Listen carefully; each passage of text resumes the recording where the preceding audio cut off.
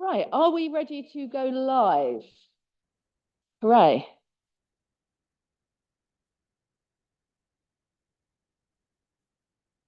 Okay, thank you, ladies and gentlemen. We are now live, just to let you know.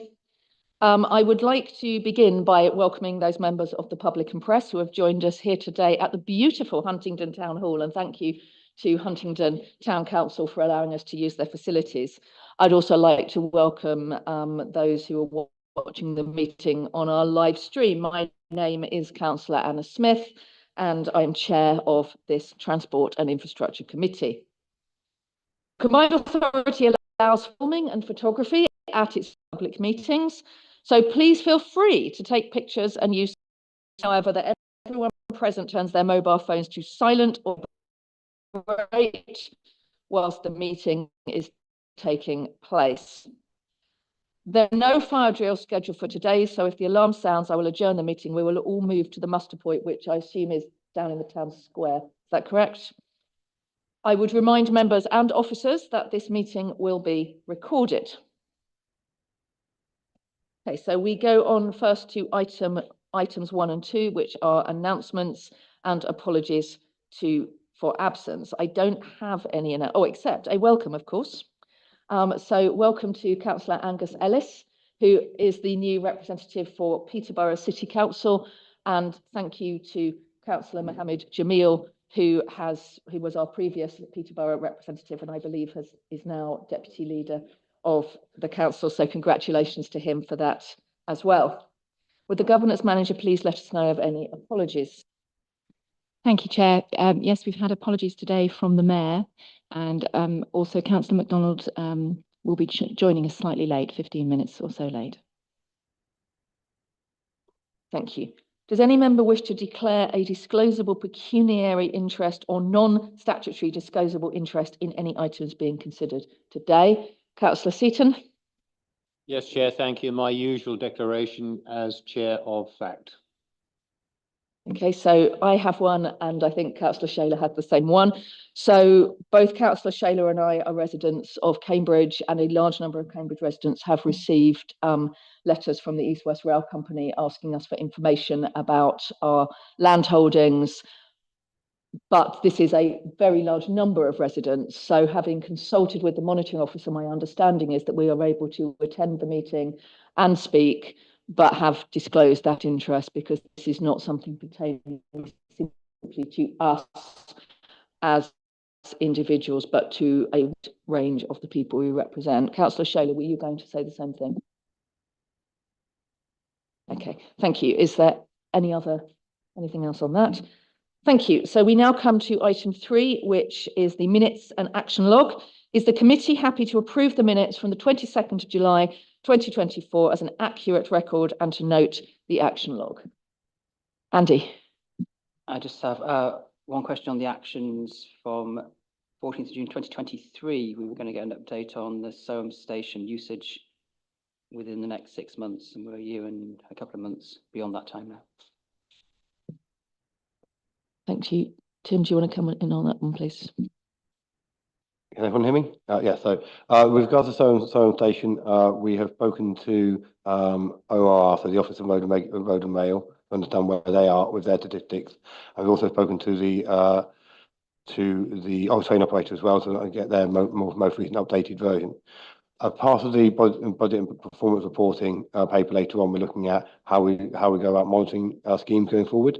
So the thought is from the team itself is, do we go out to Soham and do a footfall so we actually have a realistic view? We still got conflict around the numbers that are being used officially by the ORR and by the train operator. So we are going to go out and actually do a formal count survey ourselves, so we know ourselves what those are, and then try and match that against the business case. So it is ongoing, and we apologize that it's slightly longer than it should have been, but we are having discussions with our train operators. That because this is something that gets raised across quite a number of committee meetings on different papers around the monitoring of actions and decisions and the reporting back.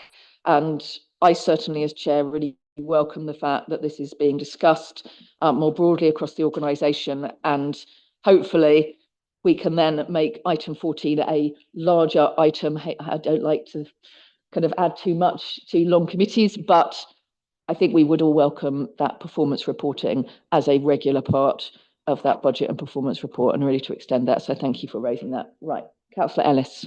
Thank you, Chair. Item on the action log from the minutes of the meeting 17th of January 2024, obviously before I was here.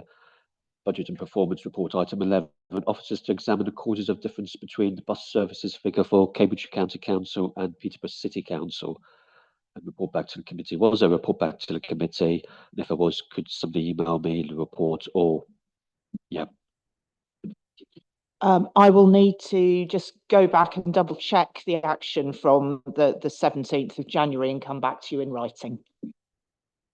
Thank you. And if you could copy me as chairman to that, I'd be very grateful. Thank you. Anything else on that? Thank you. And I really appreciate members having taken the time to look through that action log and to raise the queries. It's really important that this is a live item that we do track. So may I now record the minutes as an accurate record of the last meeting with those changes? If so, I'm going to need to borrow the pen. Thank you very much. I will give it back.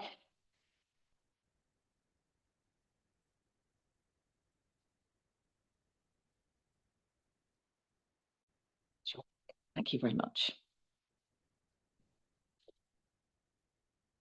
Okay, so we now go on to item 4, which is public questions. We have received 2 questions from members of the public, both of which have been published on the website and circulated to members of the committee.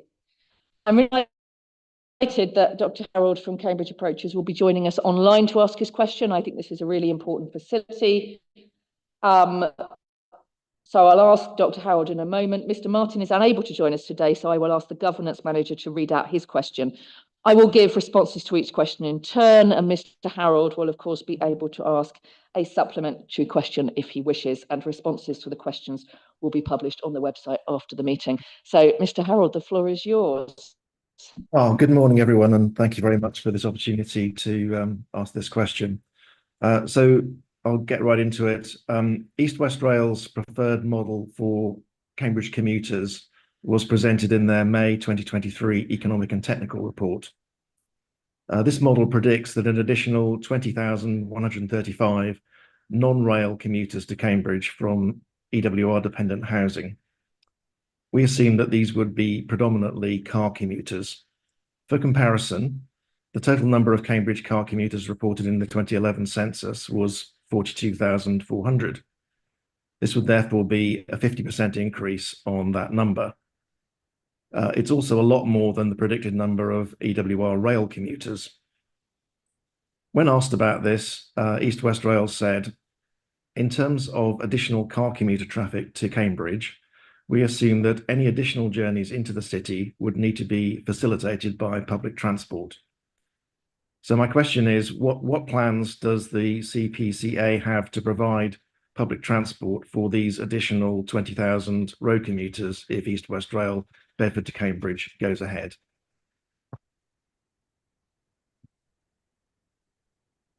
Thank you, Dr. Harold. I've got quite a long answer because I thought it was important to get something that's quite detailed for our officer team, but I suspect that there will still be details that you'll want to discuss after this, and I'm more than happy to facilitate further discussions. So take this as a starting point rather than the end of the conversation.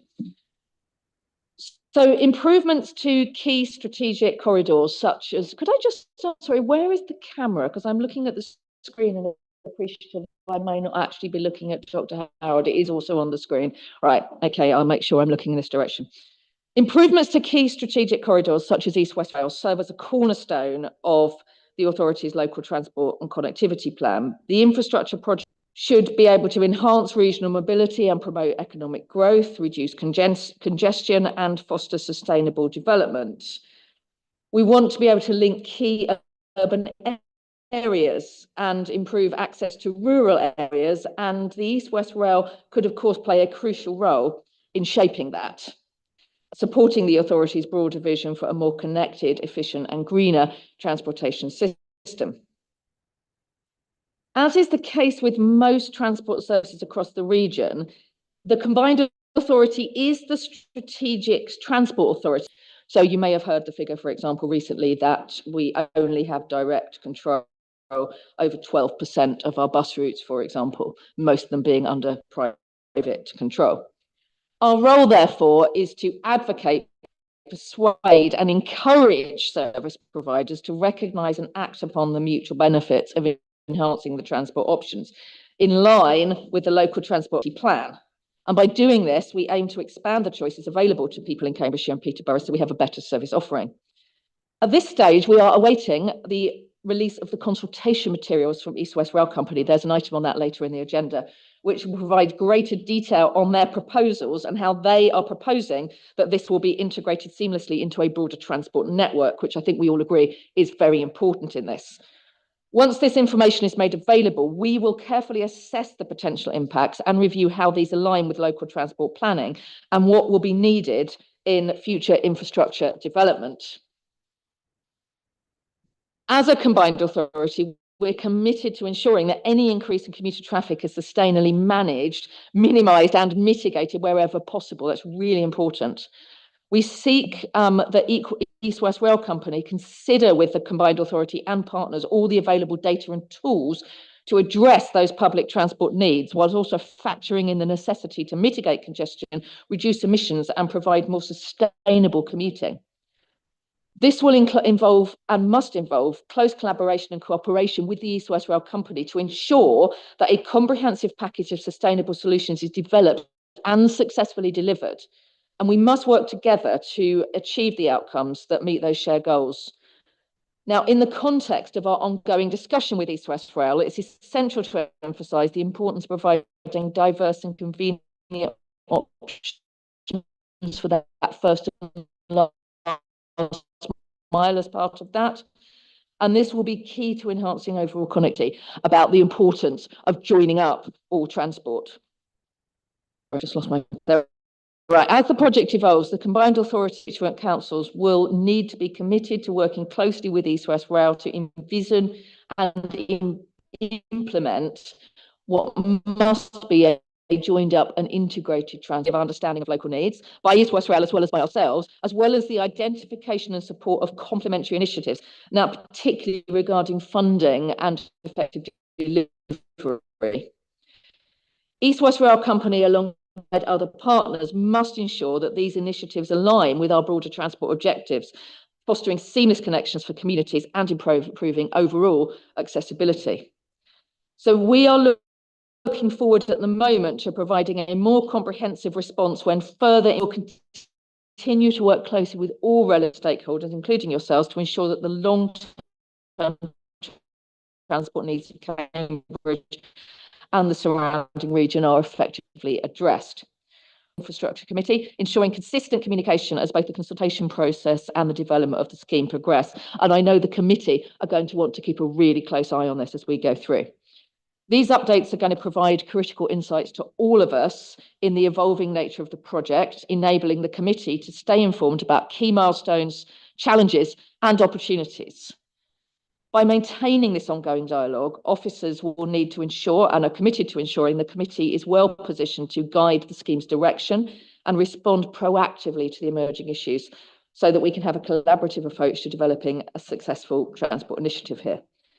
Now, I should say, you've also raised some specific technical questions. That was quite a long answer as it stood.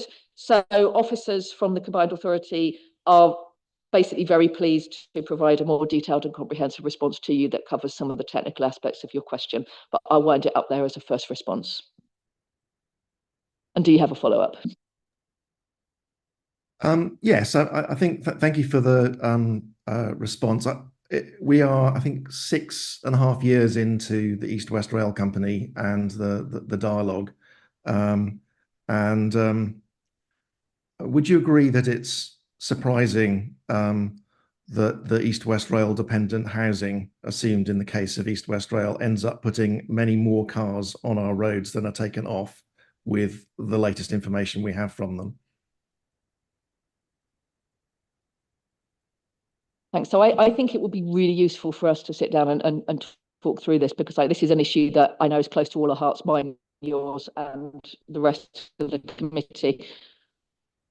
I'm going to pause on giving a kind of more specific answer on that until I've seen their final consultation documents, because I know from my perspective, having led on consultations, that it's important to have the full information out there. We're going to be talking about those consultation documents later in the committee, because what we need to ensure is that as a committee, we're able to feed into that, and we make sure that the combined authorities response is detailed and offers a challenge. Because what we don't want to do is simply go, oh, that's all very nice, thank you. We need to ensure that we're putting that technical challenge in and representing all of our communities as we do that. Thank you.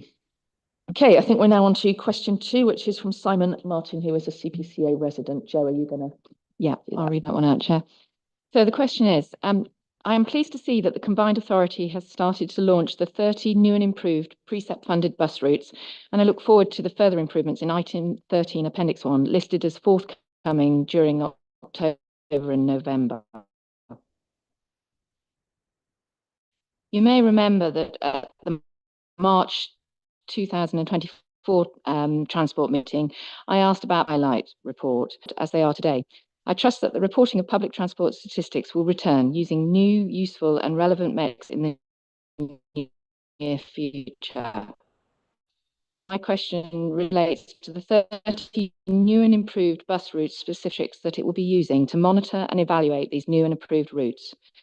How often they will be measured and reported to the Transport Committee and the Board, and what actions will be taken to ensure each of the 30 bus service improvement interventions are working in a positive way, meeting both the needs of the Combined Authority and the public. Thank you, Mr. Murray, so much. I really appreciate, and I know the whole committee does, the contributions that you make through this, and you have a lot of really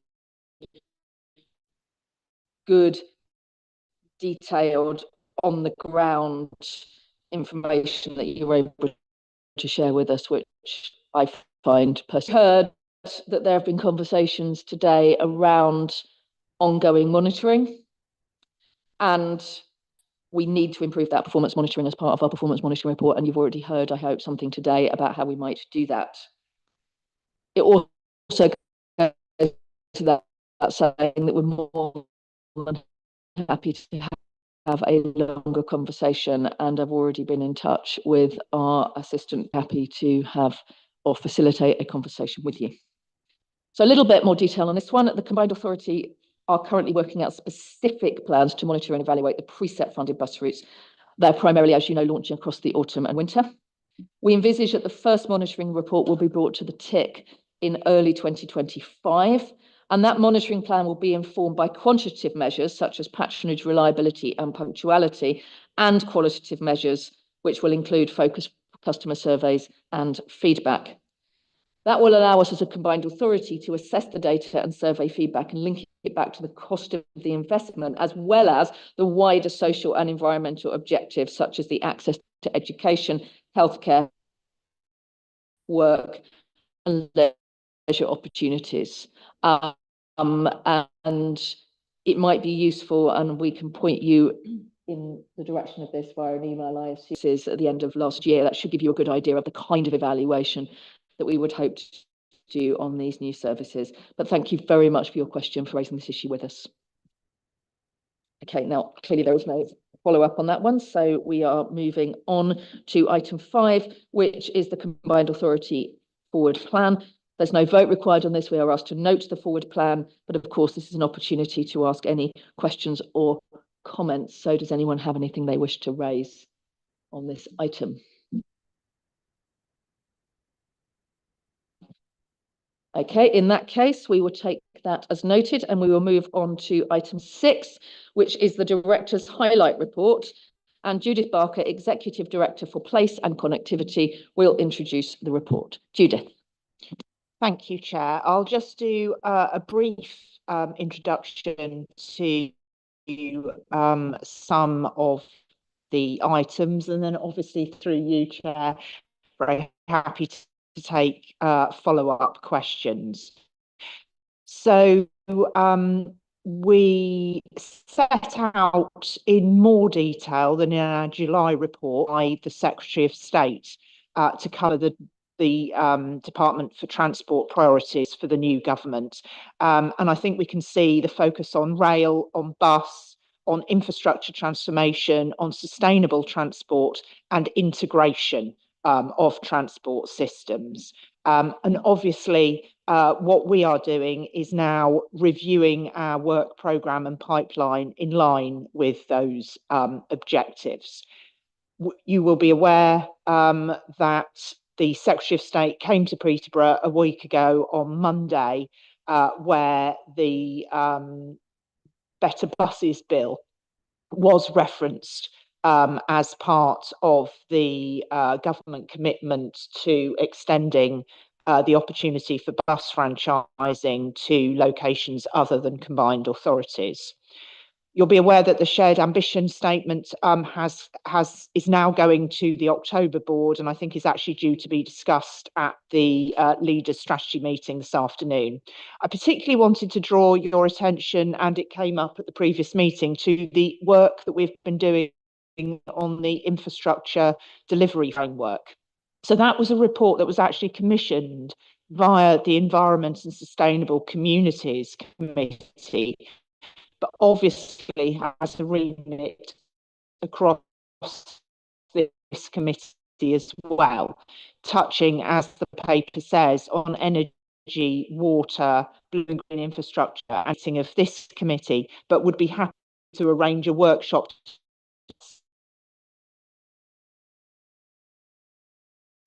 if members would like. There are a number of project updates, including Monday, as well as the update on active travel. And we are particularly pleased to note that we have, as a result of all of the efforts of the transport team, now been able to reach a level rating of 3 in the local authority active travel capability ratings. That's quite a mouthful, isn't it? One of only 6 authorities to do that. So it's good to see it's acknowledged from outside of the authority of the progress that we're making on that critical issue, which is of course so important in terms of not only the health and well-being, but also connectivity and allowing people to access public transport and other forms of transport safely. There's a number of other updates on the paper, and I'm very happy to take questions on those. I did finally, just by way of introduction, want to draw out the introduction of the single assurance framework, which was agreed by the board in 2023, but has formally been introduced through the authority from June this year. And what that does is it sets out a more robust formal process for agreeing where funding decisions, and ensures that there is proper and due scrutiny of project concepts and project business cases. So what I wanted in particular to make sure that the committee was aware of is that this committee will continue to have the strategic oversight and to drive what is included in those programmes, but the detailed scrutiny of those projects will also take place within the investment panel and the investment committee. It is clearly important, as has already been heard at this committee, that we continue and indeed improve significantly the monitoring and evaluation and the oversight of that data that happens in this meeting. And it will be critical to make sure that the standard of the performance reports and budget reports in particular improve to allow this committee to make sure it has due oversight. But of course, we are the face between the new committees and this committee with you as the members of the Transport and Infrastructure Committee going forward. But at that point, Chair, I will pause, hand back to you for any questions on the content of the report. Thank you. Before we do that, I don't know if there's anything we can do about this tech team, but the sound is apparently buffering online and it's relatively hard for people to hear. I guess that's just a Wi-Fi issue that we can't do much about, but I'll just raise that. Oh, right. We're getting a couple of people messaging through saying it's tricky, so maybe it's variable. Just thank you for keeping an eye on that. There's a lot to congratulate people on there, and I did just want to start by giving my congratulations to so many members of the team for some really excellent work. It was talk about the transport work that is happening here in the Combined Authority. It's a real testament to a lot of hard work from a lot of people in this room, and also I know the day itself took a lot of organisation, and thank you, Judith, to you and your team for that. I did want to highlight as well that active travel designation. That's really superb news. As a context, I believe that there is no authority at level 4, only a few at level 3, and we were the only authority to be promoted to level 3 this time around. So there really is superb work, and I'm personally looking forward to meeting Sustrans tomorrow to talk a little bit more about our active travel as well. So there's some really super work happening in the team there. I would like to put it open to questions. Who has anything they would like to ask or raise? Okay, so I've got Councillor Wakeford, Councillor Shayler, Councillor Ellis. We'll start there. Okay, Councillor Seaton, got you too. And Councillor Sharp. Right, gosh, I need a pen again. Can I engage? Right, Sam, over to you. Thank you. We may be sharing a mic unless I'm doing something wrong with this one. There's, as you've rightly said, Chair, there's an enormous amount in here that's both really exciting, and I dare say we could spend the morning discussing it, and colleagues may well wish to pick up more exciting points of substance momentarily.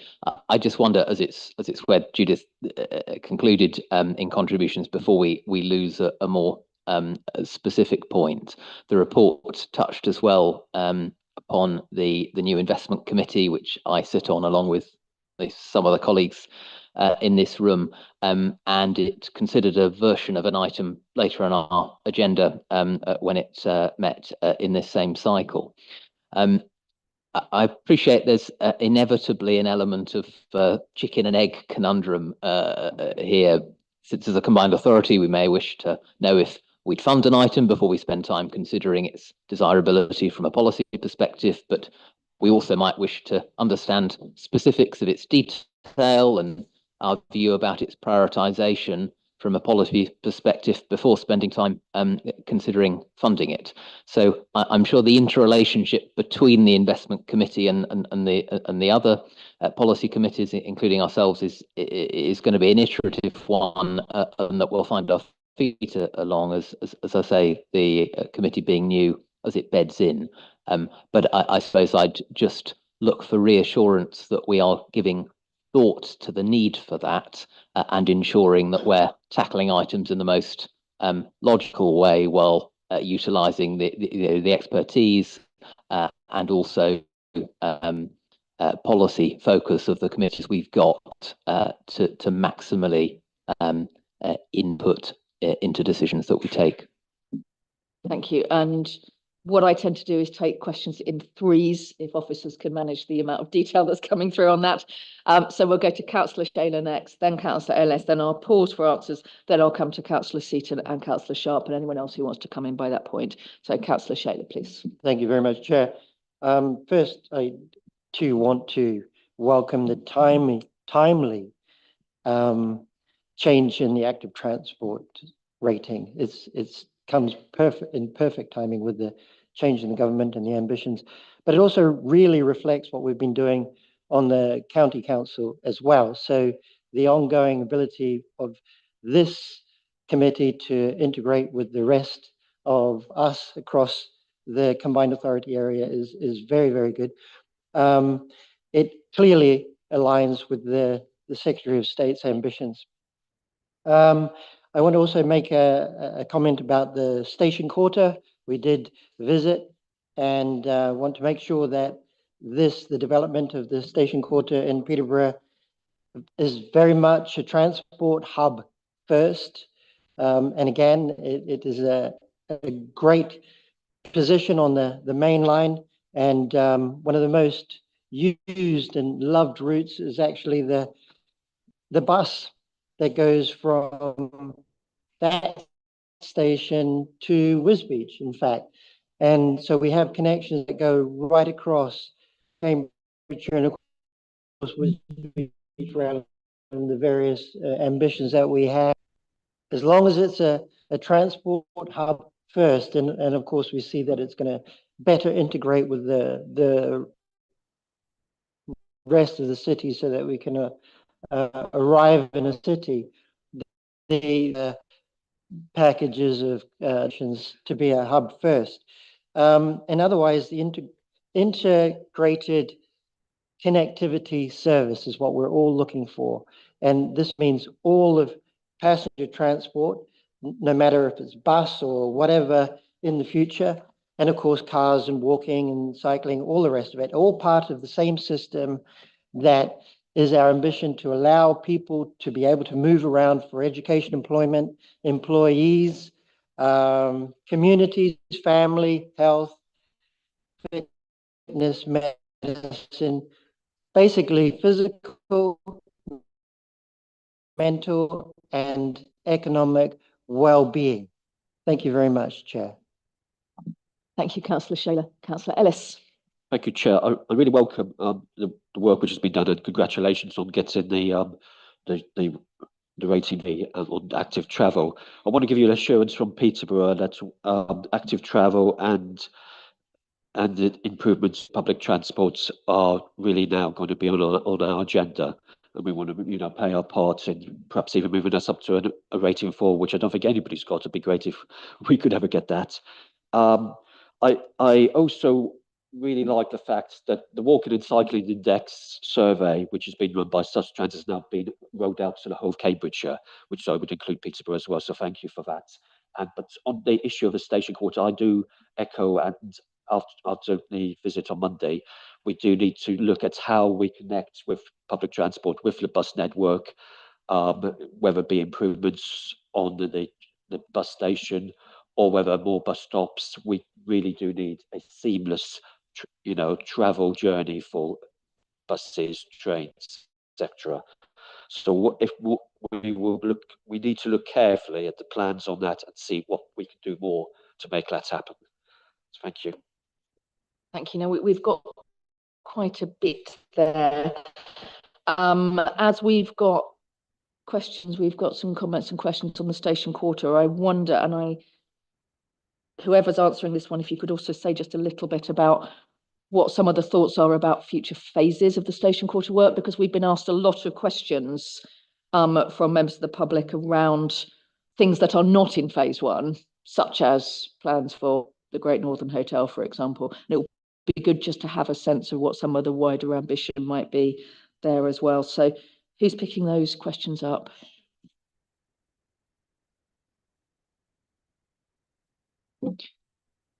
Thank you. And Councillor Wakeford, in terms of the investment committee, it's good to hear that you're engaged in that and bringing that insight. I wasn't able to attend that committee, and as you say, that was the first committee, and you've highlighted in particular the digital strategy, which is both before this committee and also was considered as a project concept. So in that particular instance, I think you make a very important point about, do have the monitoring officer here today who can perhaps provide some further comments. Absolutely is king, and the interfaces between, and I think it's really, really important that we do learn that. In that particular case, there were some particular pressures that kind of allowed the single assurance framework is a 2-stage process of a concept, and then when concept's approved, it can move to business case. And indeed, we also have that kind of strategy piece about the digital strategy. The digital strategy is coming to this meeting later on the agenda. The concept and business case to actually to go to the next stage of detail hasn't been approved.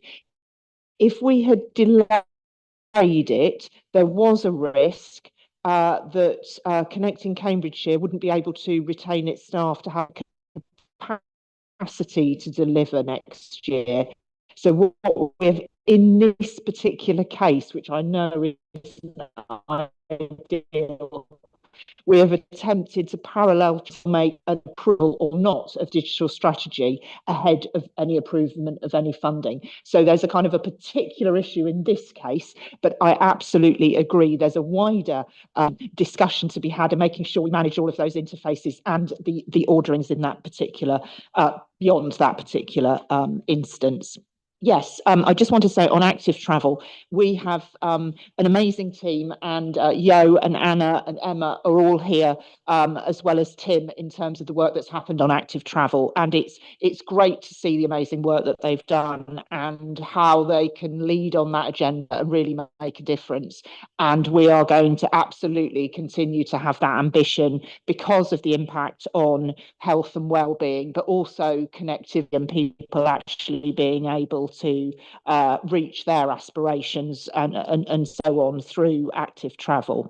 So at that point, I'm going to hand over to Tim to reflect on the visit on Monday to Peterborough Station Quarter, and particularly of integrated transport solutions in that context. Thank you all. So just a bit of a reminder around the Peterborough Station Quarter scheme itself. So it was a £48 million bid and secured the country at that time. The majority of those bids that were received and getting funding for the last two were of the order of 10 to 20 million. So we did really well in securing that funding.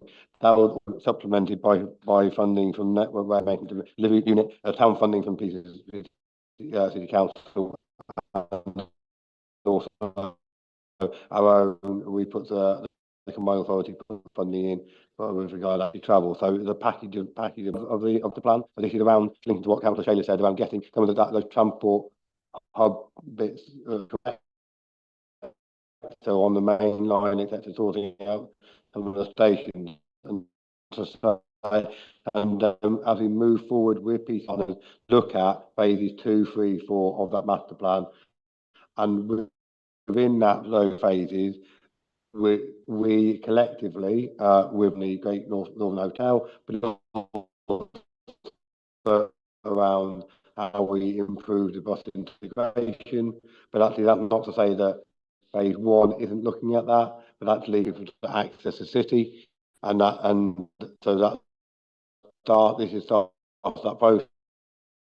We'll be then looking for funding to actually how do we make that even better than what it currently is. We do need to look at all stations across the region. We need to make sure that rail integration and bus integration is improved. So that's a very that's an oversight of about where we are on the station Quarter, but just rest assured this is stage 1 of a bigger program. Thanks, Tim. Public transport, our active travel, everything is connecting in with the trains because they have to be seen as a unit. So thank you. And I take this opportunity to thank all of those who were involved in a very informative visit to the Station Quarter.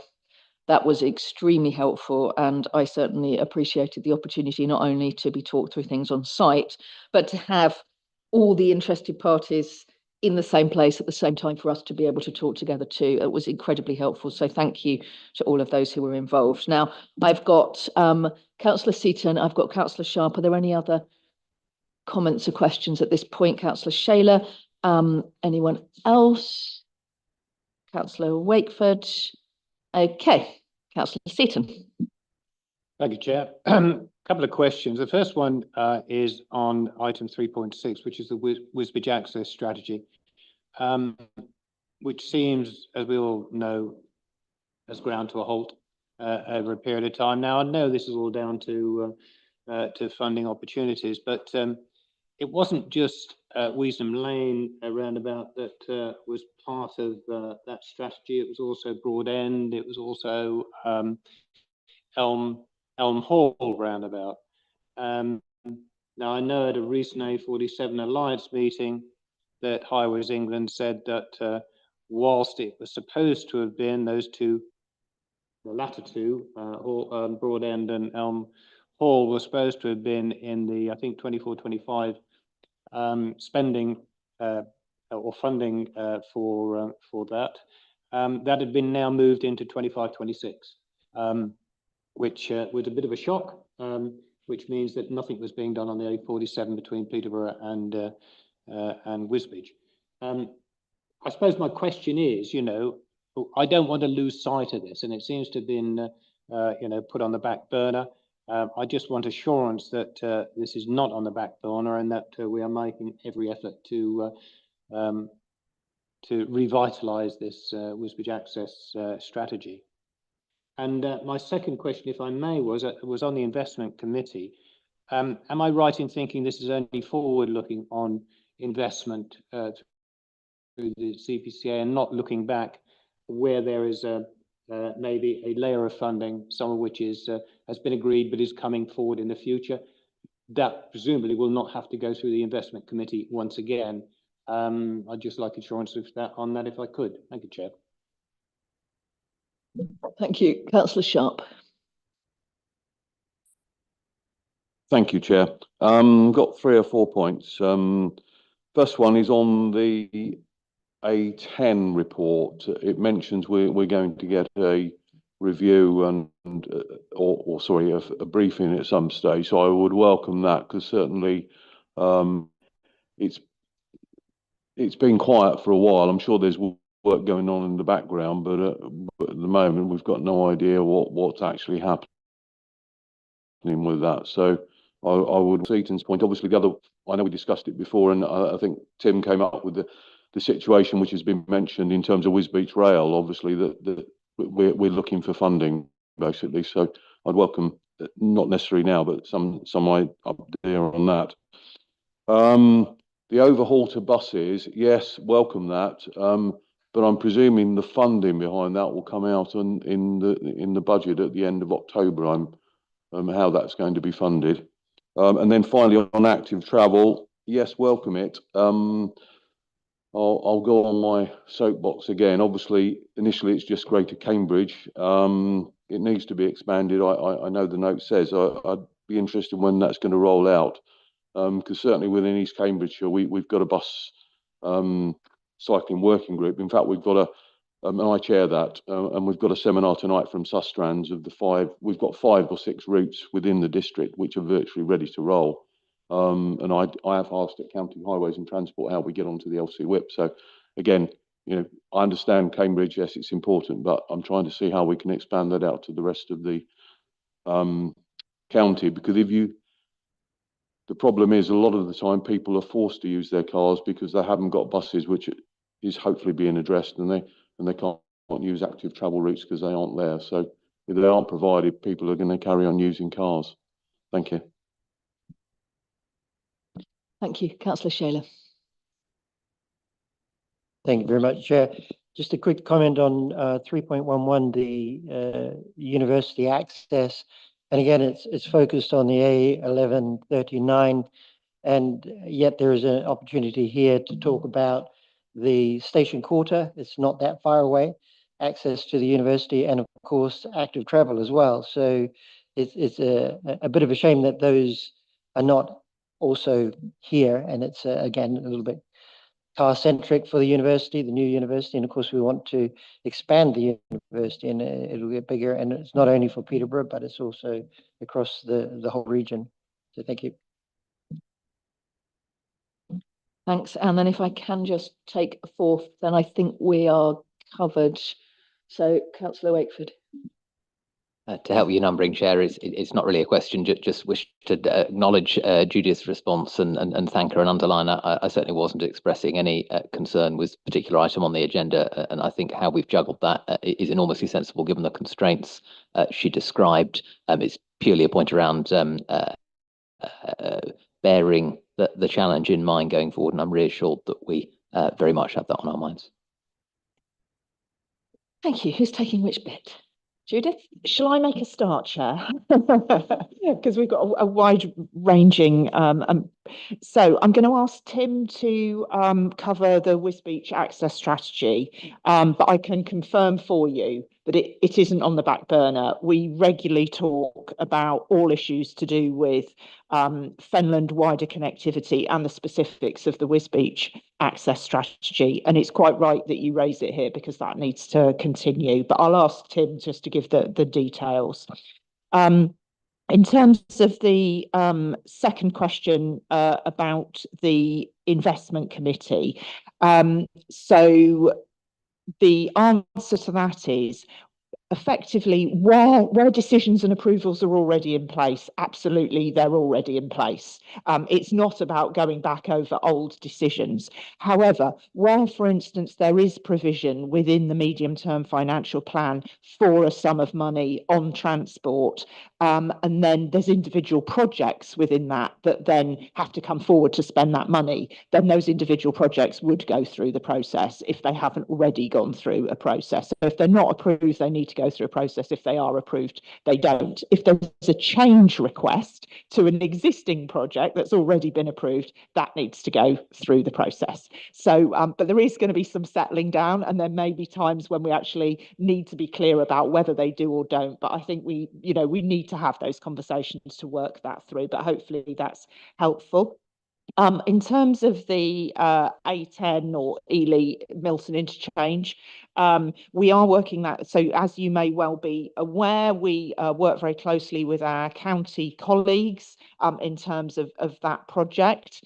And obviously, I referred earlier to those strategic priorities of the Department for Transport, and what the team are doing is reviewing that project within those 5 DFT priorities, because obviously what we are aware of is that the funding that we would require to invest in road and public transport infrastructure would be most likely from DFT, and so Department for Transport. So we need to make sure that any proposals we're bringing forward align with those strategies and that strategic framework, because otherwise we're not going to be successful in getting the money. So the process that we're going through at the moment is to do that review. So that's being overseen by a programme board which I chair. And we're looking at that, and with a view to the outcome of that being presented here. So it's a bit of a gateway review, if you will, to make sure that we're not advancing a project and scope that we're unlikely to secure funding for. So there's that kind of sense check, which I think is clearly a key part of any effective programme and project management, particularly when you have a change of strategic framework. So we're reviewing that, and we'll be bringing forward a paper, and absolutely happy to hold a workshop with colleagues to bring you up to date and allow you to explore the detail of some of that. So absolutely happy to do that. There was a comment, Councillor Sharp, on bus franchising and the funding, and obviously all of that is subject to a formal consultation process, but very happy to talk through that in more detail. But what I'm now going to do is ask Tim to pick up the issues on Wisbech access, Wisbech rail, and the active travel, and indeed interconnectivity around ARU, which I can assure you isn't only about the cars. It's very much about the public transport, and particularly road crossings to ensure safe passage for people getting on buses to reach the university as well. But I'll hand over to Tim.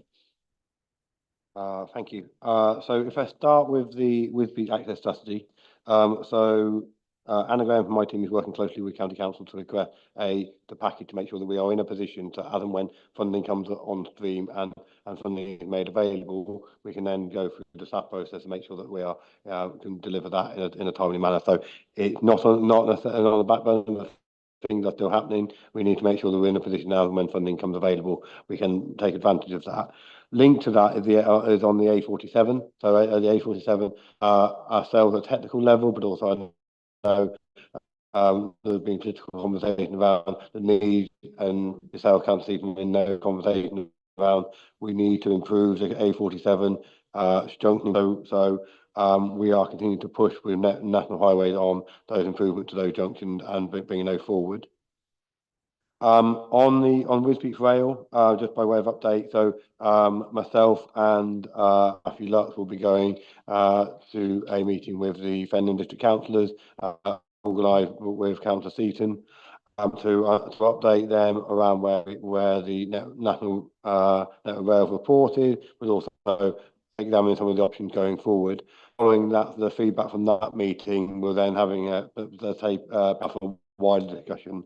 But following a request from Councillor Seaton, we thought it was right that we went to Fenton District Council to work those through in the first instance. With which are significantly important, but ultimately it is also incumbent on my team, along with county council, district council as well, to think about the pipeline schemes and actually where those are coming forward. So we need to look at that again, similar to what we said before. We need to make sure that we are advantage of anything that comes forward, with that in mind that that funding may come from internal, but also external sources, whether that private sector or public sector. And we need to make sure that we understand what we've got available in. But also with Active Travel England, we have a very good dialogue with them with our increase rating level 3. We are looking at, I think, continuous improvement, how we get better. But part of that is looking at some of our rural areas. So how do we make practical, pragmatic steps to provide active travel routes? So rather than being hung on a quarter by LTN 120 routes within our rural areas. And then on the ARU, so I think that's part of the wider package. So we do need to the appropriate things in, like the travel plans, etc.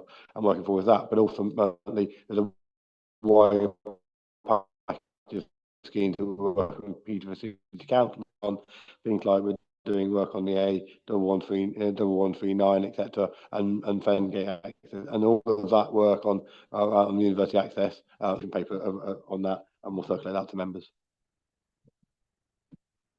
Thank you. I'm just looking. Have we covered off all the? We've covered off all those, haven't we? Thank you, everyone, for that. And I think this is another good reminder of the fact that whilst we are the committee of the Strategic Transport Authority, in a lot of areas we are needing to wait, and decisions made by Network Rail is one of those. So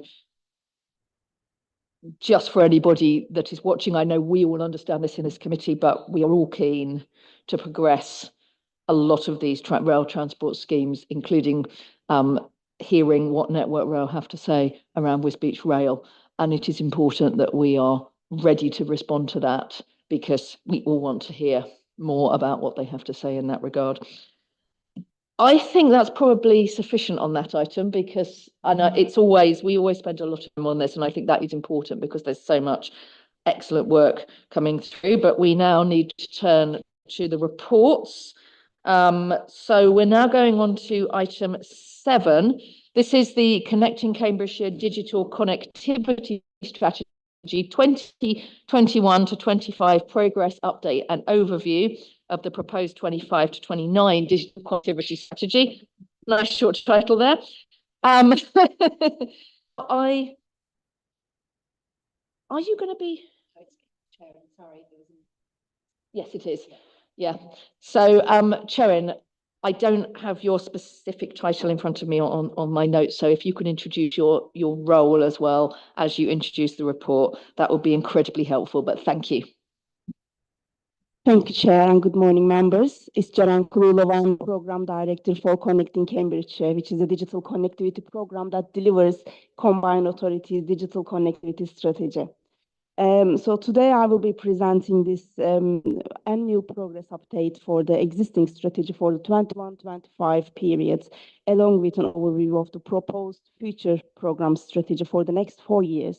As you know, our region's digital connectivity is a vital part of Cambridgeshire and Peterborough Combined Authority's overall vision, part of local transport and connectivity plan, local growth. This strategy not only aligns with national priorities like the leveling up agenda or the net zero commitments, but also ensures that our communities and businesses and public services have access to fast and reliable digital infrastructure. With the increasing reliance on digital services, especially considering the current cost of living challenges, it is more important than ever to ensure that no one is left behind. We are committed to providing everyone with the tools and access they need to navigate in this digital world. Far significant achievements from the past year. Our region has already exceeded the government's gigabit-capable broadband target, achieving 85% coverage, a full year ahead of the schedule. Project Gigabit is underway with 45 million invested to extend full fiber broadband to 45,000 premises, with completion expected by 2027. We have seen a marked improvement in both 4G, 5G coverage, especially in key areas like business parks and town centers. We are also piloting use of street lighting for small cells to boost mobile connectivity. Our innovative Big Ones policy for fiber ducting in transport infrastructure policy has proven successful, installing over 21 kilometers of ducting in transport projects, saving both time and costs while also reducing carbon emissions. We secured over 7 million government funding for 5G Open RAN project, trialing innovative telecoms technology right in Cambridge. And in Smart Work stream, we supported projects such as autonomous vehicle trials, Internet of Things deployments for environmental monitoring, and traffic sensors to improve road safety. And lastly, we also made these over the past. We worked closely with community groups, local stakeholders, and residents to increase digital access and skills. We have launched several initiatives to bridge the digital divide, ensuring that even our most remote and vulnerable populations can benefit from digital revolution. So looking ahead, our new strategy for the next 4 years focuses on 3 themes: infrastructure, innovation, and inclusion. In terms of digital infrastructure, we will continue to push for universal access to full fiber broadband, 4G and 5G across the region, ensuring that both urban and rural areas are connected. We aim to encourage commercial and government investment and innovation with new technologies that will benefit residents, businesses, and visitors, promoting smarter decision-making through data. And in terms of inclusion, we will continue our efforts to ensure that all residents and businesses have the skills, confidence, and more importantly, access needed to fully benefit from digital services. Plays a crucial role. Could I ask you just to give a finish? Yeah, is that coming to the end? Last conclusion, thank you. Digitalization plays a crucial role in reducing carbon emissions, and our work will contribute to achieving net zero targets by enabling more efficient use of resources. I invite you members to support this new strategy, which will ensure that our region remains at the forefront of digital innovation, supporting our communities, businesses, and local services well into the future. Happy to take any questions from the report. Thank you.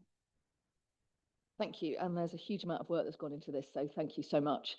Any questions or comments? We've got, lots. Hang on, let me just jot it down. So we've got Rebecca. Who else was there? Peter, Neil, did I see Sam as well? Who else? Okay, I think we're there. Right, Rebecca first.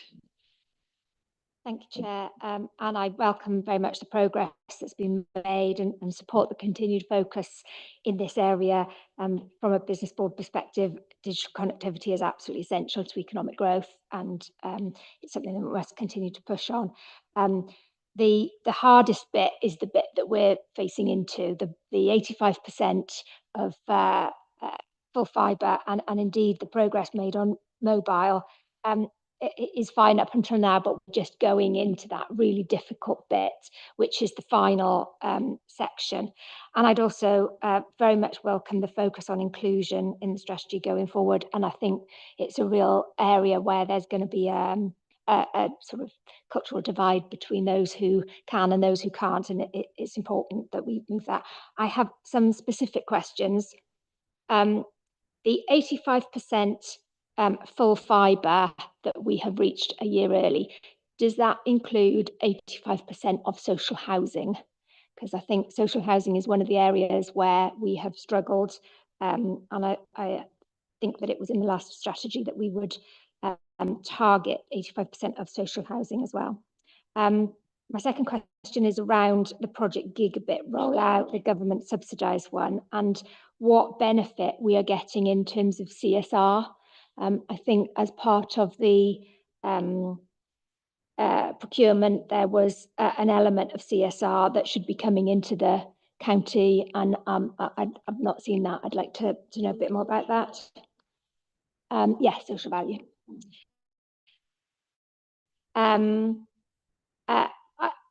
I'd like to hear a little bit about whether you have any thoughts about how to translate the pilots and the trials into widespread reality, because I think it's really important that we do these pilots and trials, but it's the next phase again that's important. And a little bit of a left field one, and I'm not sure this necessarily is targeted directly at you, Jaren, but maybe the Right Authority as a whole in terms of resilience, but what happens when it doesn't work? Because, you know, the world is becoming increasingly digital, and I'm sure if anybody has forgotten their phone at home one day, suddenly you can't seem to do anything at all. There are going to be real consequences as we move into this space even more. So just some thoughts about that, really. Thank you. Thank you. Peter. Thanks a lot. Because I represent in South Cambs mostly rural areas, you won't be surprised. Comment.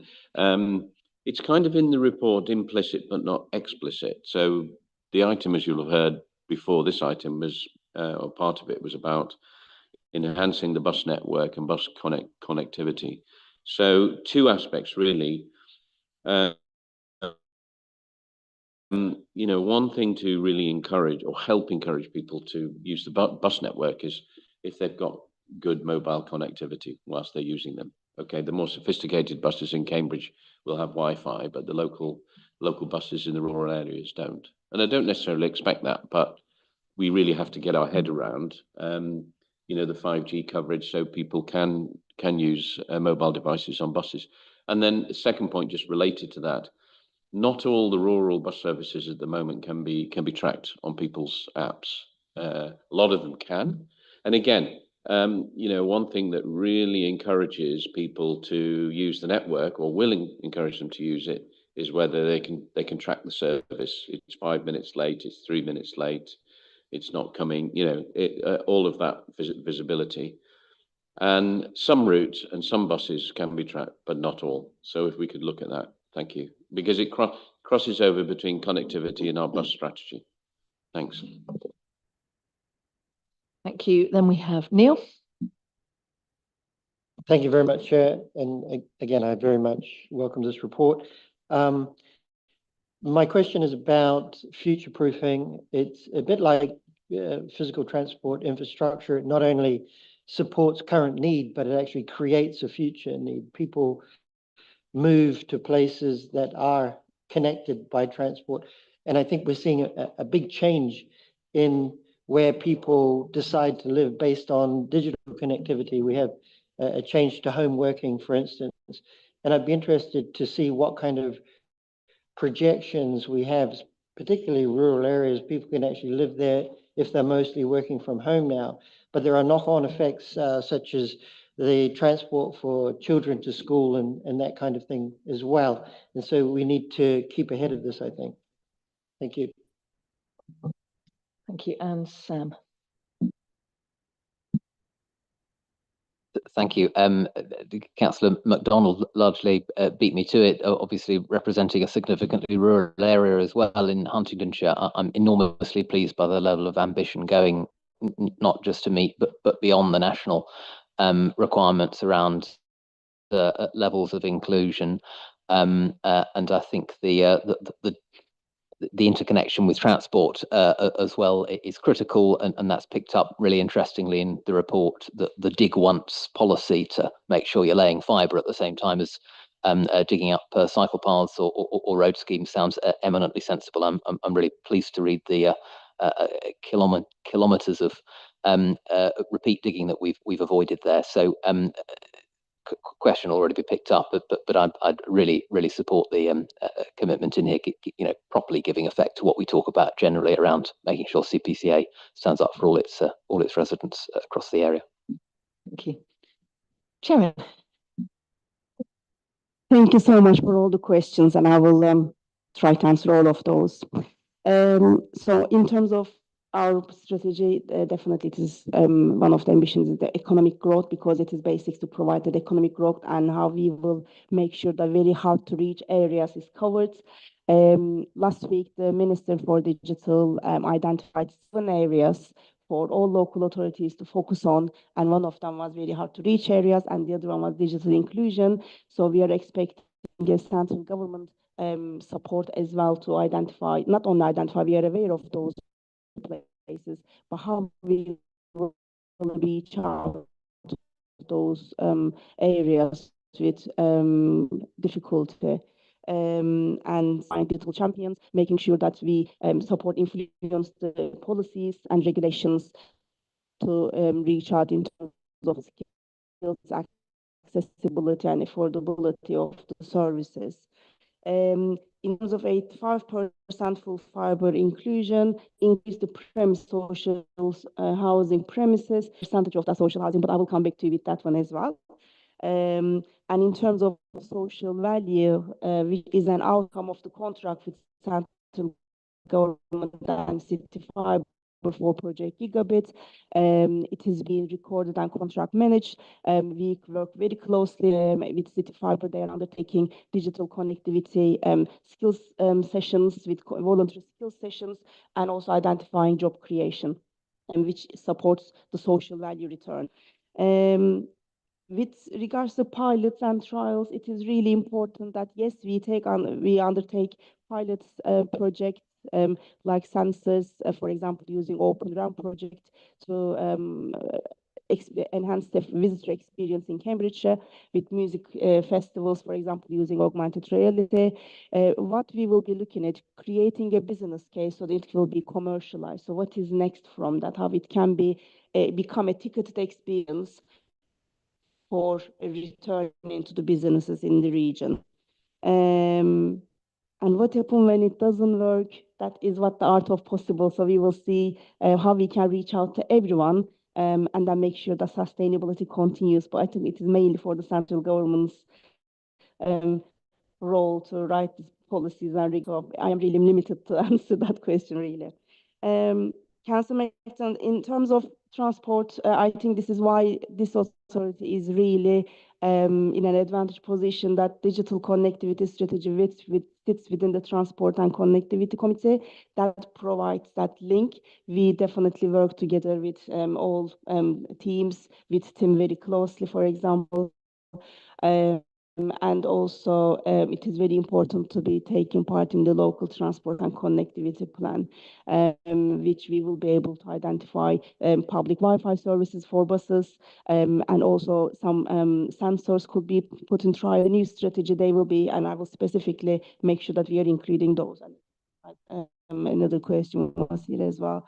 We will make sure that transport services are linked with digital connectivity. It's a cross overall a connectivity issue rather than digital and transport. And one final question, I believe it was about people moving to places for digital connectivity. We are very pleased to see that it is being seen like this. Residents now, when they are looking for houses, they are actually looking at their connectivity rules, but it still needs to be more visible for residents. What we do with the fiber ducting infrastructure policy, we tend to identify housing developments and also road developments to include fiber ducting, so there's no issue in the future for similar purposes. Thank you, and I'm also really pleased to hear that's being focused on, because we know that one of the major influencers on congestion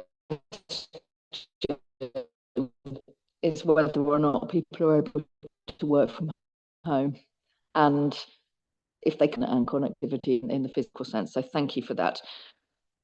Is there anything, right, to take a final round of points? Please do bear in mind that I think at least 2 of you need to leave at 12. So we need to ensure I have Councillor Sharp. Anyone else at this point? I'm going to start kind of shifting us along quite quickly of the next items, I think, on these. But anyway, Councillor Sharp, over to you. Very quickly, I won't go over what's being said about others, but I share the comments about rural. I cover a very rural area. The only comment I want to mention is around, we've had more trenches than they probably dug in the Battle of the Somme. It's been absolutely a nightmare for residents on that particular village. Right, most of the work's finished now. I have spoken to the manager of the contractor, because there more of my villages have got to come through that. But certainly the experience of one of the villages, and it's the biggest village in my patch, was not good. And residents were absolutely, it was like World War III, because residents were not happy at all. And a lot of them were then didn't want to even buy from that particular contractor because they caused. It may be a one-off, but I felt it was worth mentioning. Even if it is one-off, I would like to take the details and come back to you offline, and then we can just take the lessons learned and solve the issue going forward. Thank you. Do the vote on this one if there are no further questions. So we have 2 recommendations. One is simply to note the contents of the report and Appendix A. But the second one is by a simple majority authority board to approve the new digital connectivity strategy. I will propose recommendation B. Do I have a seconder? Councillor Wakeford. Thank you, Councillor. We will now move to the vote. Can I see all in favour, please? And that's unanimous. Ongoing really hard work in this. I know the work basically starts here, not finishes here. So we're now going to move on to the electric vehicles strategy and funding. Emma White, Acting Transport Strategy and Policy Manager, I believe, will introduce this report.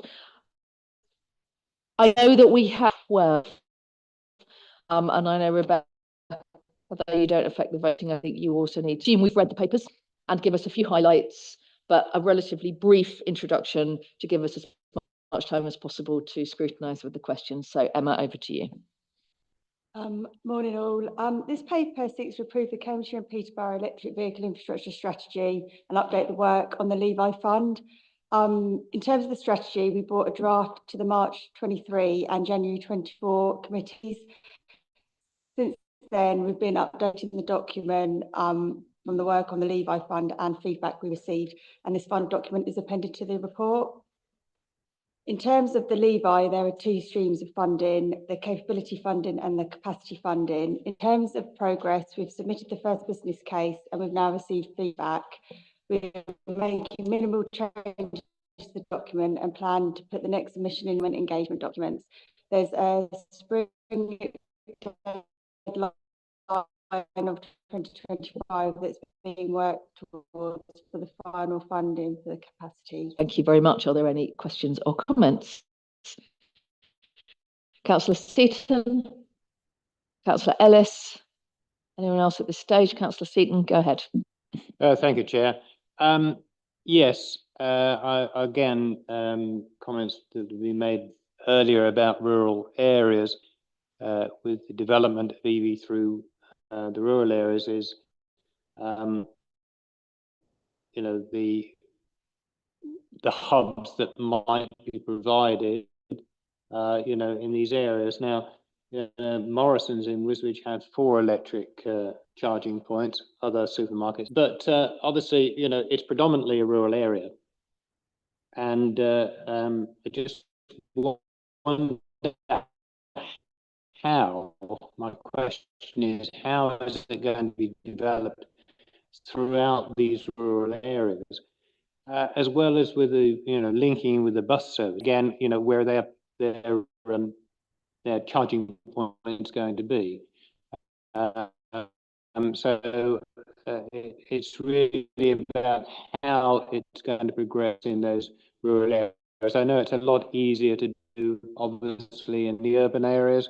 I appreciate my colleagues here are from representing rural areas. It's a really important point.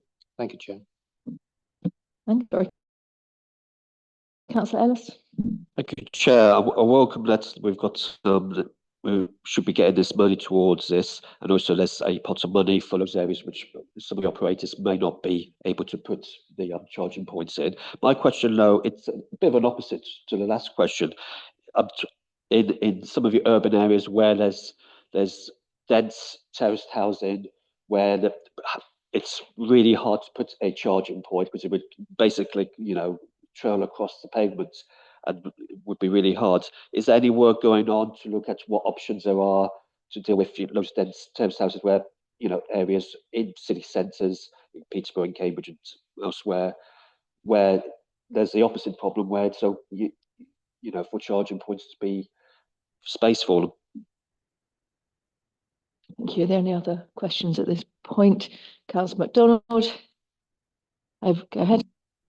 Really quickly, I just wanted to congratulate Wisbech and Morrison's. I just checked on my app, it has 4 high-speed chargers and they're all working. Councillor Shayla, was that a hand? Are you happy for me to keep going with questions at this point, Emma? Councillor Shayla. Fairly short, actually. Yeah, we are also in the county looking at ways of getting charging across the pavement for the terraced areas.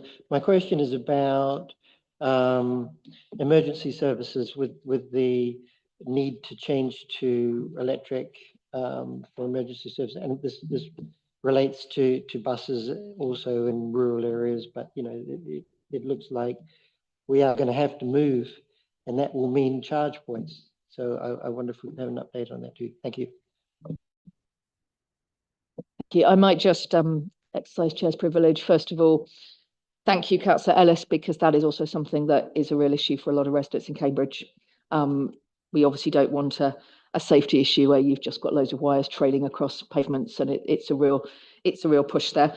I just wanted to ask Emma for a brief update on something that I often mention in this, which is around emergency vehicles and how we're supporting the rollout of EV charging for when fleets of emergency vehicles become EV.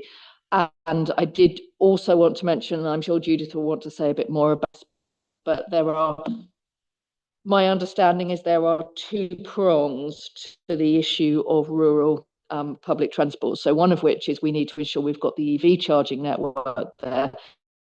The other thing is a vehicle can go between charges. So I was quite lucky in the summer to attend the launch of Whippet and Flixbus are doing a trial of a long distance EV coach. And if that technology can start developing, it also opens out so many possibilities for our rural network, because we're not having to stop and be constrained by closeness to charging points. So hopefully we can get that 2-pronged approach there, but Judith may wish to say more. But Emma, do you want to cover off what you can of that? Yeah, so in terms of the rural areas, I think it's important to focus on that Levi's the residential charging of people without driveways. So it is focused around people in the terraced housing, people in rural areas, access to driveways. So as part of that, the 4.5 million we can leverage with charge point operators. So in theory, the charge point operators want to go for the more desirable, more financially viable areas, and using that for rural areas get the charges that they need. Working Cambridgeshire County Council and I believe Peterborough are looking at sort of different options, different trials. We've been speaking to local authorities, working with Energy Saving Trust, looking at what can we do, where can we put them. And the next round, as part of the business case, we are looking for detailed engagement plans so we can reach out to all the councils, start talking to the public about what both rural and sort of more densely populated areas, but also learning from other authorities. There's a paper that I'm bringing to also looking at scopes of different strategies, working with a colleague on mobility hubs for the rural areas and how can we tie this all together. And this ties into the buses and the connections and trying to make sure we make the best before we sort of go out and put the charge points out there. In terms of emergency services, this is sort of something we pick up. I am part of the NHS calls where they're looking at sort of EV charging. It's trying to work out how can we also have a freight strategy come in, and it's really important to how we can tie it together. I think we're sort of at the beginning of that journey, but something that is sort of in our minds of, you know, these chargers are going to be out there. Can emergency services use them? Do they get priority? Thank you, Emma. And just to pick up on what you were saying in terms of the infrastructure for charging for buses, obviously there are Stagecoach in Cambridge are now operating electric vehicle buses, and that is part of a pilot which we are exploring the data and the results of that. We did bid for additional funding for Peterborough, but unfortunately weren't successful in attracting the funding to roll out electric vehicles around Peterborough. Obviously, I wanted to say that considering the charging facilities is part of the depot strategy that's being considered as part of the current bus reform consultation, and we need to consider how technology is moving on and provision of both supply of electricity and the charging to any future depots. What we're doing in parallel is also looking at that issue of distancing and looking at other options. So one of the projects that we're looking at within the climate change programme is hydrogenated vegetable oil.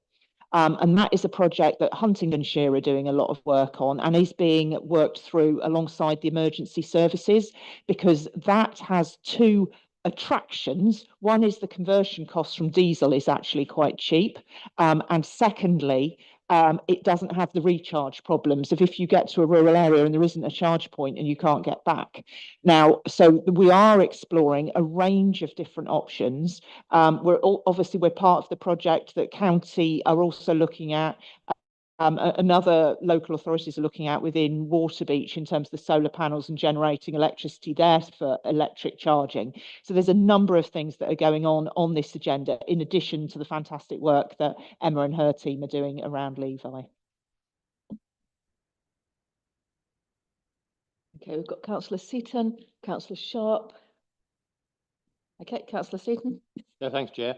I'm pleased that hydrogen was just mentioned, because one of the things I was going to ask was that, are we looking at alternatives other than EV? In other words, hydrogen, because we have one a lorry company within Wisbech that is trialling two EV lorries, but of course they're very limited on distance, and of course it has a great effect on the weight that they carry because of the weight of the batteries.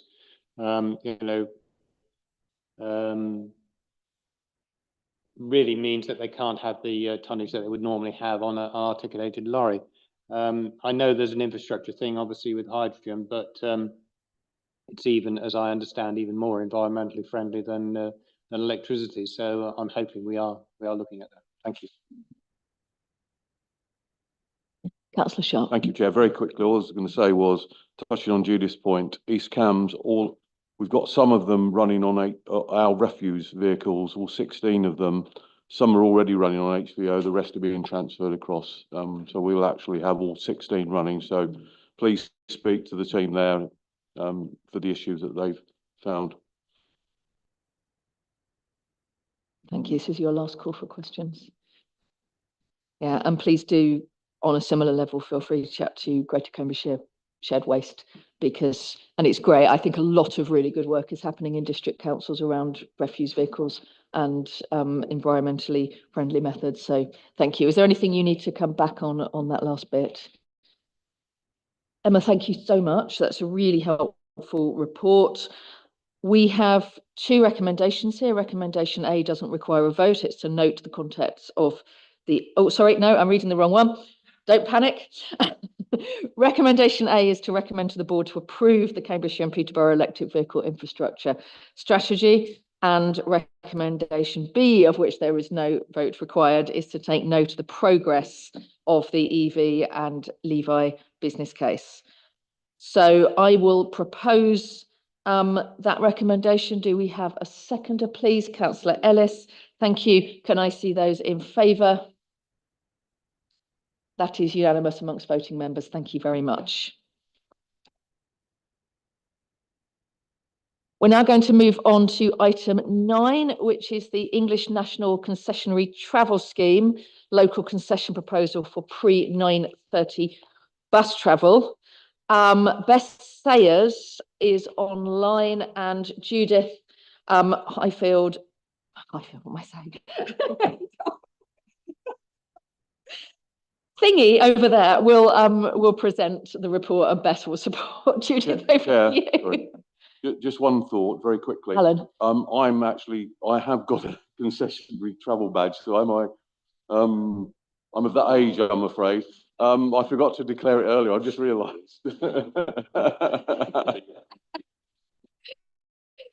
I assume is that fine? Yeah. Yeah. Thank you. And it's great to see we've got concessionary pass users in the room. So thank you very much. Thank you. I'm going to very briefly introduce the paper. We will all be aware, some of us have even benefited from the scheme, of the English National Concessionary Travel Scheme, which allows pass holders of a certain age or with levels of disability to be able to access free post 9:30 travel. What has been understood for some time that doesn't acknowledge that people of all ages and indeed all disabilities often wish to access employment and learning pre 9:30. And certainly since I've been at the authority, there has been a lot of correspondence from people finding that a particular restriction in their accessing employment and learning.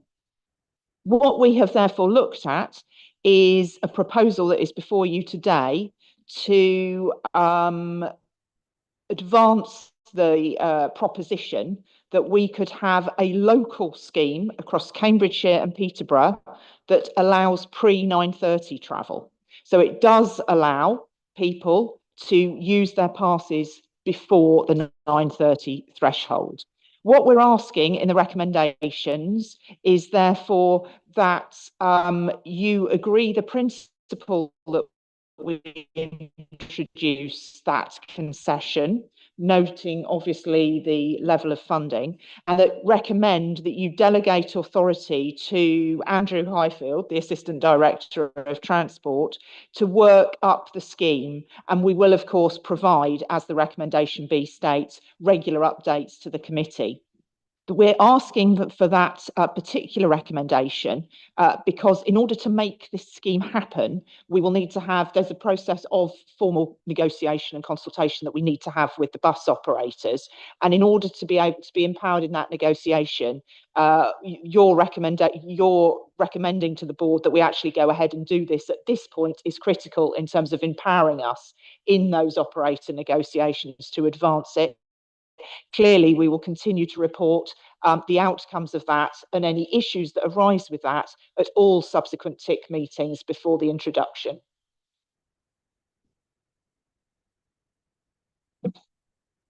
Thank you very much. Are there any questions or comments on this item?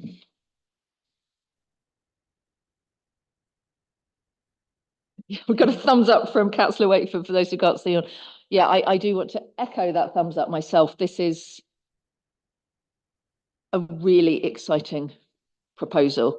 I am absolutely delighted to see this coming forward. And I know that the conversations that I have had over the years with concessionary pass users, this is incredibly important. And certainly having spoken to people with disabilities, there has been an ongoing frustration at the assumption that is there in a concessionary scheme that people with disabilities don't have jobs and don't need to get to them at peak time. And this really fills such an important gap. I'm absolutely delighted to see this report coming through. Thank you so much to yourself, and Bess, thank you as well. I know you're joining us online and I know you've put a lot of work into this.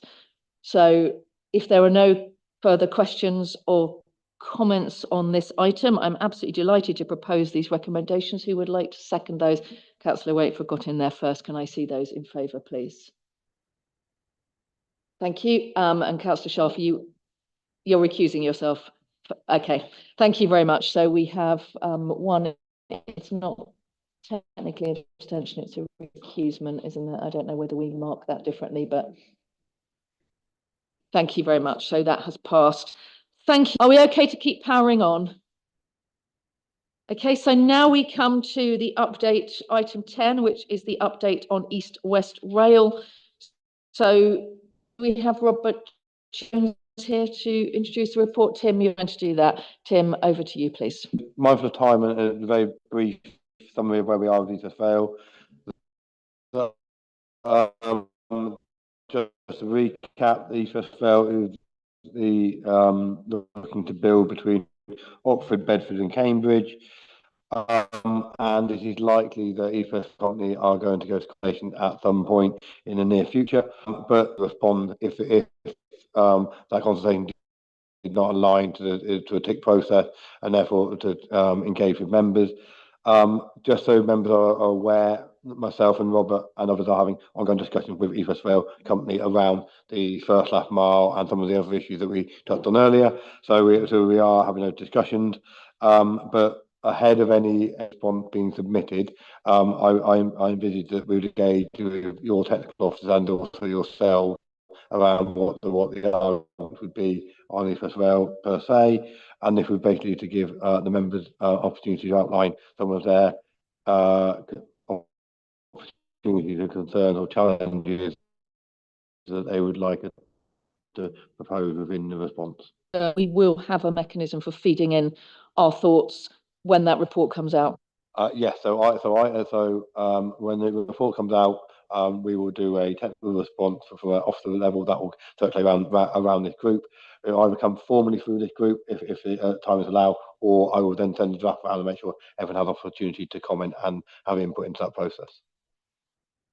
Thank you. And it may be that what could be helpful there is getting maybe an informal teams meeting together that we're able to share. So let's keep an eye on the dates. Right, Councillor MacDonald, Councillor Wakeford, Andy, Councillor Ellis. Of course, I suspect Andy's going to comment in that area, so I'll sort of leave business comments aside maybe. Just two comments. Obviously, there's potential very significant effect on community and timescale. So I'm sure that's on Tim's radar when we ultimately feed back. One thing that a very simple thing that we can maybe facilitate is, a discussion with the rail minister. I mean, the rail minister turned up at least a couple of times in the previous government. Nobody didn't tell anybody on the local authority, for example, in South Cambridgeshire. And I'm sure with the new government and the new minister, it would be great to have a dialogue, because whatever happens, and I'm thinking about the budget as well, whatever happens with East West Rail, there needs to be a very active dialogue with us and with local authorities in the areas affected. Thank you. Councillor Wakeford. Thank you. Clearly, we hope and expect to work collaboratively with our constituent councils in CPCA, as well as with peers elsewhere along the route, as the chair referenced in answer to a public question earlier. I suppose I've got a sort of technical question, really, in terms of responsibilities. in the event we do gain a rail station just beyond our administrative area, whose responsibility actually is it to plug that in to public transport networks, and to what extent is that responsibility funded? I think understanding where responsibilities sit and what is us sort of the ability to decide is helpful. I really would just echo and confirm the provisional 3.5 that does indeed pick up a lot of the issues around electrification, biodiversity, and so on that we've discussed, and specifically around the linkage to St Neots in the southwest CPCA area. There, it's obviously enormously disappointing and frustrating for residents to have the new line zoom past an area of really significant housing growth without a direct connectivity there. There's obviously reference around maximising connectivity into the station that would be further south on the most recent plan we've seen. But I just want to flag specifically as well in that discussion the potential value of seeking to preserve land for future building of a rail station, for example, in St Neots, if it wasn't possible to secure something further as part of the route as well. But as I said, the conceptually captured, just keen to flesh that out. Thank you. And then I think was Andy was next, I think. Thank you, Chair. So sitting here as a member of the Business Board, I think the Business Board is supportive of East West Rail, but in a minor declaration of interest, which is definitely non-pecuniary, I also chair groups who are very strongly supportive of East West Rail across the whole of the Oxford-Cambridge corridor.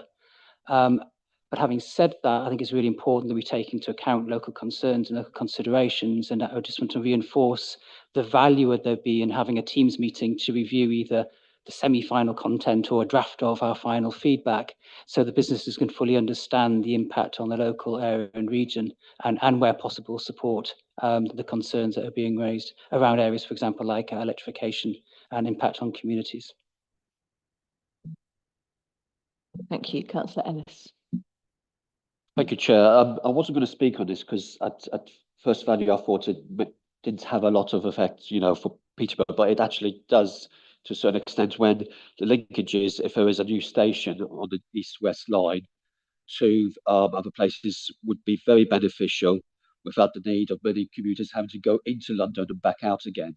So I think I would really like to see the establishment or the potential for a new station which would link in with the East Coast line as well. Thank you. I think that's an incredibly important point. Are you happy for us to keep going through, Tim? Councillor Shaler. Thank you, Rebecca. Thank you very much, Chair. And I want to add to the chorus of voices talking about electrification. And I think this is important to the communities that the alignment goes through as well. I wanted to also mention the Ely area enhancement, clearly to realise the full ambitions of the possibilities of East West Rail. We need that enhancement further east and for our region. Thank you, Chair. Thank you. And I think I can hear some very clear messages coming through from the comments here. Everybody is waiting for this documentation from East West Rail, and I'm aware from speaking with local residents, there's a lot of concern and a real desire to see a little bit more clarity around some of these recommendations and to see what they're proposing. So we're all awaiting that with interest, but I think there's also that sense that when that comes, we need to ensure that there is the time to put in properly considered, really community-focused responses. So there will be the technical responses, but there will also be those community responses too. And whilst all, I believe, councils are will be statutory consultees, I think you're absolutely right, personally, Andy, as chair, that we need to ensure that we are discussing with each other what our responses are and where valuable, supporting the concerns that are being raised by local councils, such as the concerns that Councillor Wakeford is raising there. So I think we really need to give some really careful consideration to how we will ensure that we give a very full and representative response here to that. And I think that issue of links is vital. We can't have a public transport system where things are dealt with in isolation. We must consider how those things link together. So, Councillor Ellis, I think your point is incredibly valuable there. Tim, back to you. Thank you, Chair. So I think with regards to the actual overarching position, I think it's been heard around the new station electrification, diversity and local concerns, etc. I think that we can dial on that, and then as and when the material comes, we can then pull that together. Specifically on the three areas, I think encouraging more dialogue. So my team at technical level are talking to East West Rail. I think part of that is understanding how to be communicated to communities and how best to get those messages out. How do you get engagement at a local level? I think it would be quite key, and therefore I get to liaise with this group. The other point is on the integration point, and this goes back to the public question we had earlier around who has responsibility. At the moment, East West Rail company are looking at their station and at the footprint of their station, so making sure that there's a quite adequate actual supervision, bus turning circles, etc., and are looking to us to look at the routing, to the travel route and the bus provision, etc. I think if it's going to be really sustainable, we need to make sure that we go back to the message that was given earlier, is we invite people to allow people to access East West Rail. So if East West Rail business case people accessing those services, then I think the argument could be that allow that to happen. And that may be an argument that members would want to progress.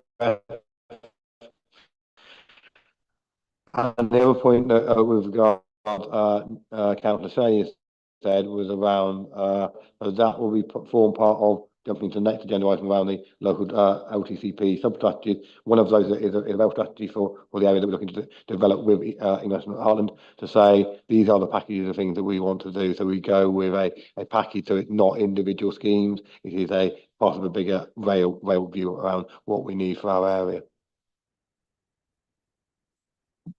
Thank you. And Tim, you made a really important point there about whether we as members wanted to emphasise, if their infrastructure that is creating big infrastructure pressures, that the deliverers of that infrastructure consider working with us on the funding. I think it is really nice that, because there will be, and this comes back to our first public question, there will be those demands are being made by East West Rail. For me, certainly it seems that East West Rail ought to be considering how it supports in the funding that.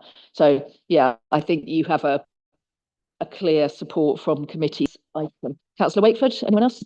Thanks. Just extremely briefly, the very sensible point Councillor Ellis made.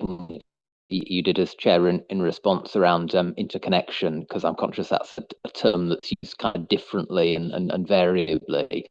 I think I'm right in saying ideally for interconnection of the form that would allow through trains to move from east-west up to north-south, rather than there being a single station in the same place where lines cross, but still requiring people to get out of one train, get onto the other, which would significantly limit the opportunities that could be realised if we can get that right. I understand it's not straightforward from an engineering perspective, not least given small matters like relative heights of the lines, but it really would be a point we'd wish to be underlining clearly as part of any consultation. Thank you. And I think all of those of us who have been involved at that very granular level in local infrastructure know that people will not necessarily pick up the connections that they are told to pick up if they don't work for them. And we've all seen that with desire lines across parks. And we have to ensure to do all we can, I think, to lobby for something that is properly joined up and people want to use. So I think that's a really valuable point. We do actually, again, have yes, we do need to vote on this one, I believe. So we have two recommendations. One is not a voting one. It is to note the content of the report, which we have done. Secondly, is to delegate authority to the Assistant Director for Transport to coordinate a timely response to the East West Rail consultation in collaboration with the Chair of the Transport and Infrastructure Committee, should the consultation timeline preclude further discussion at the November meeting. Bearing in mind what we have said, that we will ensure that there are informal channels that don't go through that meeting if the timing doesn't allow us to come back to that meeting. So we will ensure that there are discussions that take place, so this will not be the last you see of this.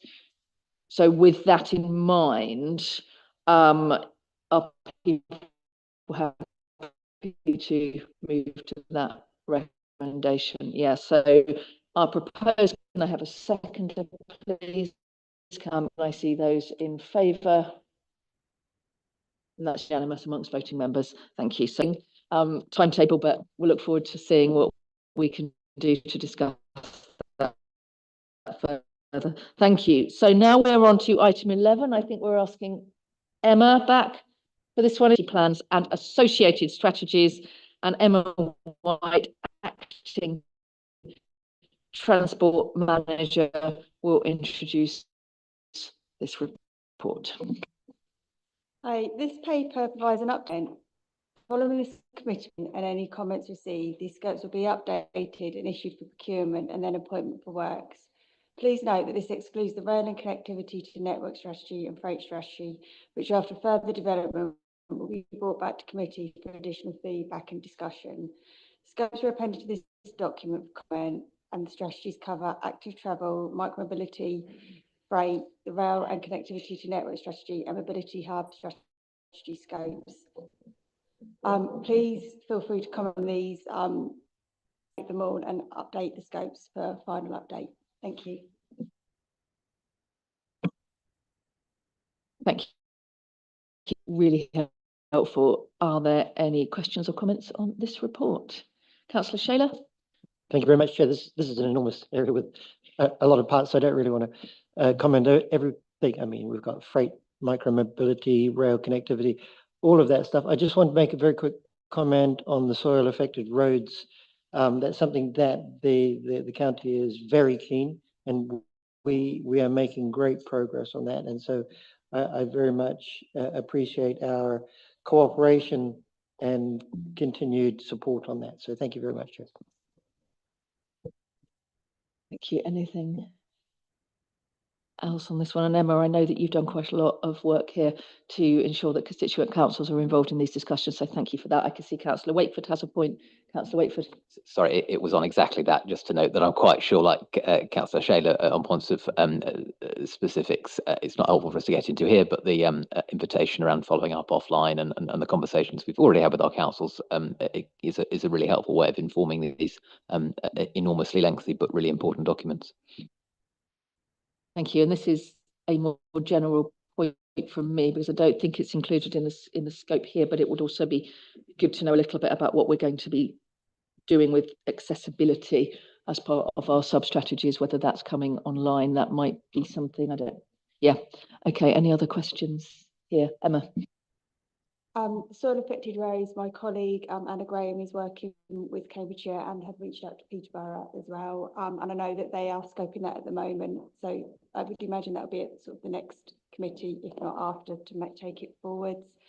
in terms of accessibility, I know Tim might want to sort of add to it, but that is on the list of sub-strategies and something we're looking to sort of do as the next round of scopes. And yeah, in terms of please feel free to email, or if people would like a separate meeting, we are keen to get these scopes right to go out. And obviously once they are out and they're being worked on, they will be brought back for comment so we can add to them as we go and it evolves. Tim, do you want to add anything at that point?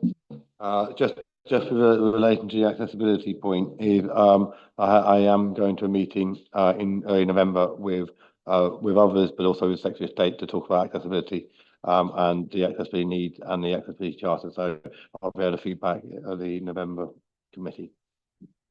Thank you. I think we were all, and I know it's just one example among many. It just happens to be a much more visible example, but I'm sure a lot of us were struck with Dame Danny Greg Thompson's difficulties in just getting on and off a train.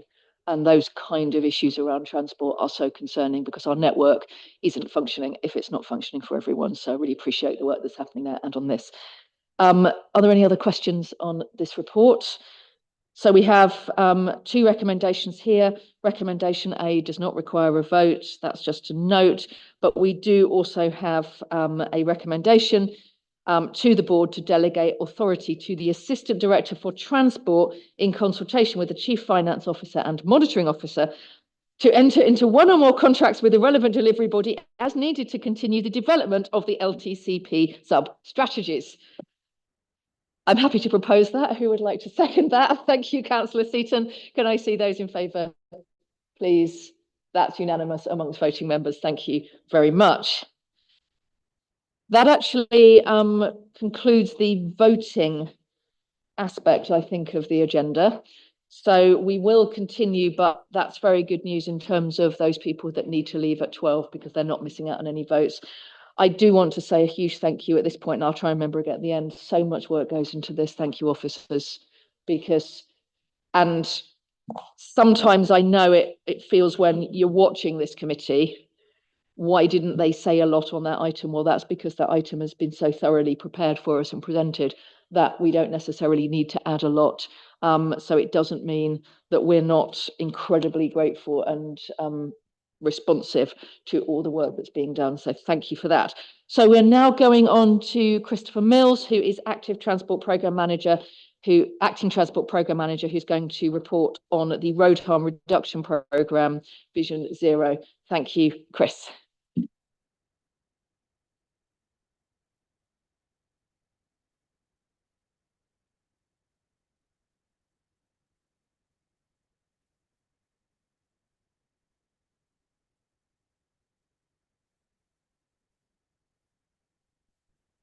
Can you hear me now?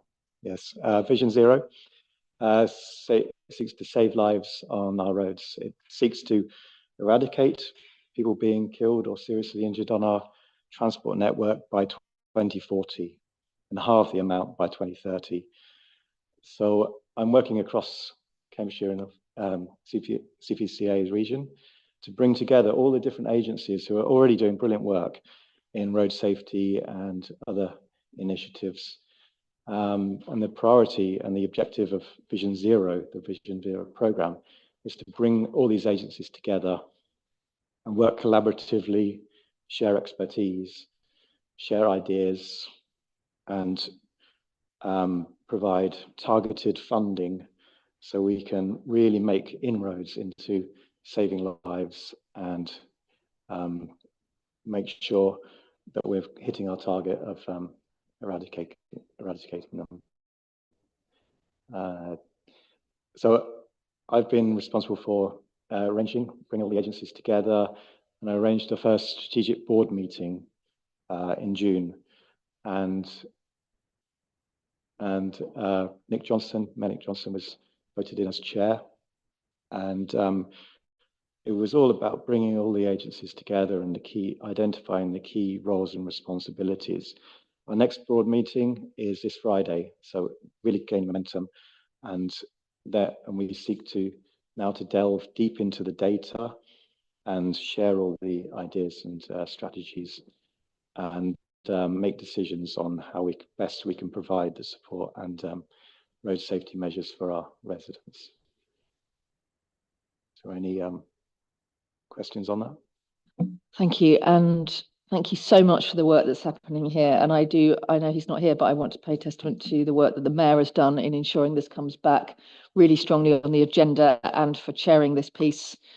It is vital, it's cross-agency, but someone needs to be able to take a lead on that, and it's absolutely wonderful that as a combined authority we're able to step into that space. And I did just personally want to draw attention to the mention here that we discussed this with Louise Haigh when she came on her visit. She was extremely supportive of the work that we are doing, so it was really good to be able to discuss that with her. So I think, Peter, did you have your hand up? Was that right? Peter, sorry, Councillor MacDonald, Councillor Sharp, Councillor Wakeford. We'll start there. Councillor MacDonald, please. It's well, first of all, one very general point.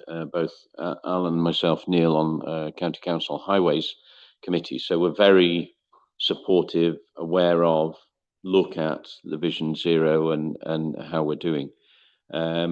Both Neil and Alan will be aware. I've always said at Highways Committee, it's great to have a gradual reduction. What can we do to then achieve some step changes, whether it be 20 mile an hour, whether it be measures in villages. One very specific one, which I'd really encourage the Vision Zero group to look at more, is slightly overlooked. So in the past few years, the MVAS units, the small speed recording units, the cost has come way down and the technology is much better. So they can record speed as well as give warning to drivers. And in many, I've got 11 parishes I look after at county council level and 5 in the district level. And I'm always asked the question at parishes, oh, but you know, if you put in a speed limit, how can you enforce it? And I always say to them, you're missing the point, because a lot of these MVAS units, there is very good evidence that they change behavior in terms of driver speed and driver's awareness. So it's just a very specific one. I would say if we can deploy these in more parishes, obviously with the consent of the community, I think we could bring real benefits on Vision Zero. Thanks. Thank you. And then we have Councillor Sharp. Thank you, Chair. I would echo what I similarly represent 11 parishes at county as well. So, and they're all different and with speed. I wasn't going to touch on that because I think Peter's covered that well. I've got 2 points. The first one is around, I suppose, changing people's reliance and just looking at SatNav. And I'll give you an example of this. Within my parish, within my division, sorry, I've got 3 junctions I can think of. One of them is the Swaffham Heath A1303 crossroads, and work started on that for a staggered junction on Monday. So that's brilliant. We've been waiting 3.5 years. We've finally got it going. So that's good. But there are 2 other, and there have been some very, very serious near fatalities on that junction over the last few years. And it's basically people are coming along, not realising the junction. There is a bit of a blind spot, to be fair, and there have been some really, really serious injuries. But the SatNav, and I've got 2 ones, less critical junctions because the speeds is lower in my patch where SatNav does not pick up that there's giveaway signs or anything, and I've done it on my own SatNav deliberately to see if it works. So that's the first thing. I've actually had one parish council chairman ask me if I can talk to all the SatNav companies and get them to change their I think if I achieved that, I'd probably have done people's attitudes. The point I wanted to make, because they're just relying upon the SatNav rather than actually looking at the physical white lines in front of them. And the second one, and it's a point I've mentioned before, and I've mentioned it at Police and Crime Panel, which I sit on, is one of the biggest issues we live on is a number of straight rural roads that have got national speed limit, and people drive at excess of 60. Not, 60 is just, oh, I've achieved that, they'll then do 8. And it's how we, I haven't got an answer, but it's how we stop the behaviour, because those roads, yes, that's what the limit is, but they're not designed, if something happens, a deer, we've got deer, badgers, everything comes out in front, wham, they're in the hedge. And there've been fatalities within a mile of my, within my division, and that. So it's how we change people's attitudes, they're how we get through to people that speed, on those roads is not good. Before I go on to the other two questions, I can see that Councillor MacDonald needs to leave and he asked questions. So maybe we could just deal with that question first and then come back to the rest. Yes, I'm aware that there's an MCAF program, and there are some bits of equipment ready to be put out, and there's just lack of a bit of funding or a bit of momentum. So we're more than happy to get ideas and yeah. Thank you. We'll keep going. Councillor Wakeford and then Councillor Shaler. Thank you. I think this is obviously enormously welcome and not a moment too soon. There's no end point in the zero vision that will be soon enough, particularly for those who've been touched by incidents on our roads. I understand other mayoral areas, some of them are progressing work like this as well, and I know some have PCC powers as well, which of course we don't. So I suspect there could be a question in terms of Cambridgeshire and Peterborough specifically as to quite where this falls and whose job it is, and where the office of PCC is in the conversation as well, which I'm not sure is explicitly referenced in the paper, but I think in absence of that, taking a leadership role, the CPCA is absolutely critical, because we've plainly got that convening power.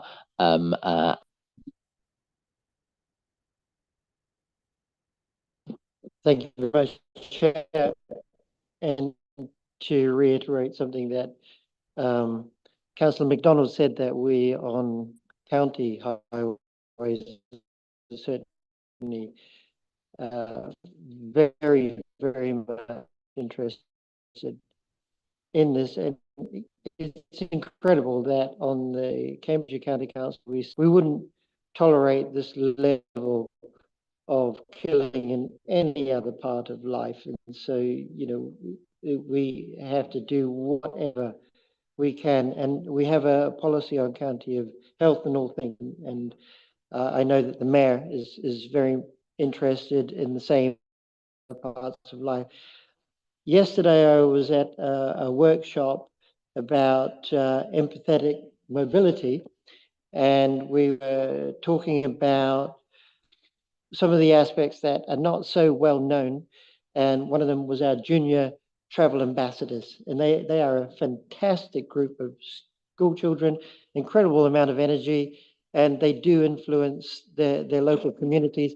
And we're wondering how we can get these junior voices and young voices into our public engagements and our consultations when it comes to looking for the kind of impetus behind 20-mile-an-hour schemes and school schemes and these sorts of things.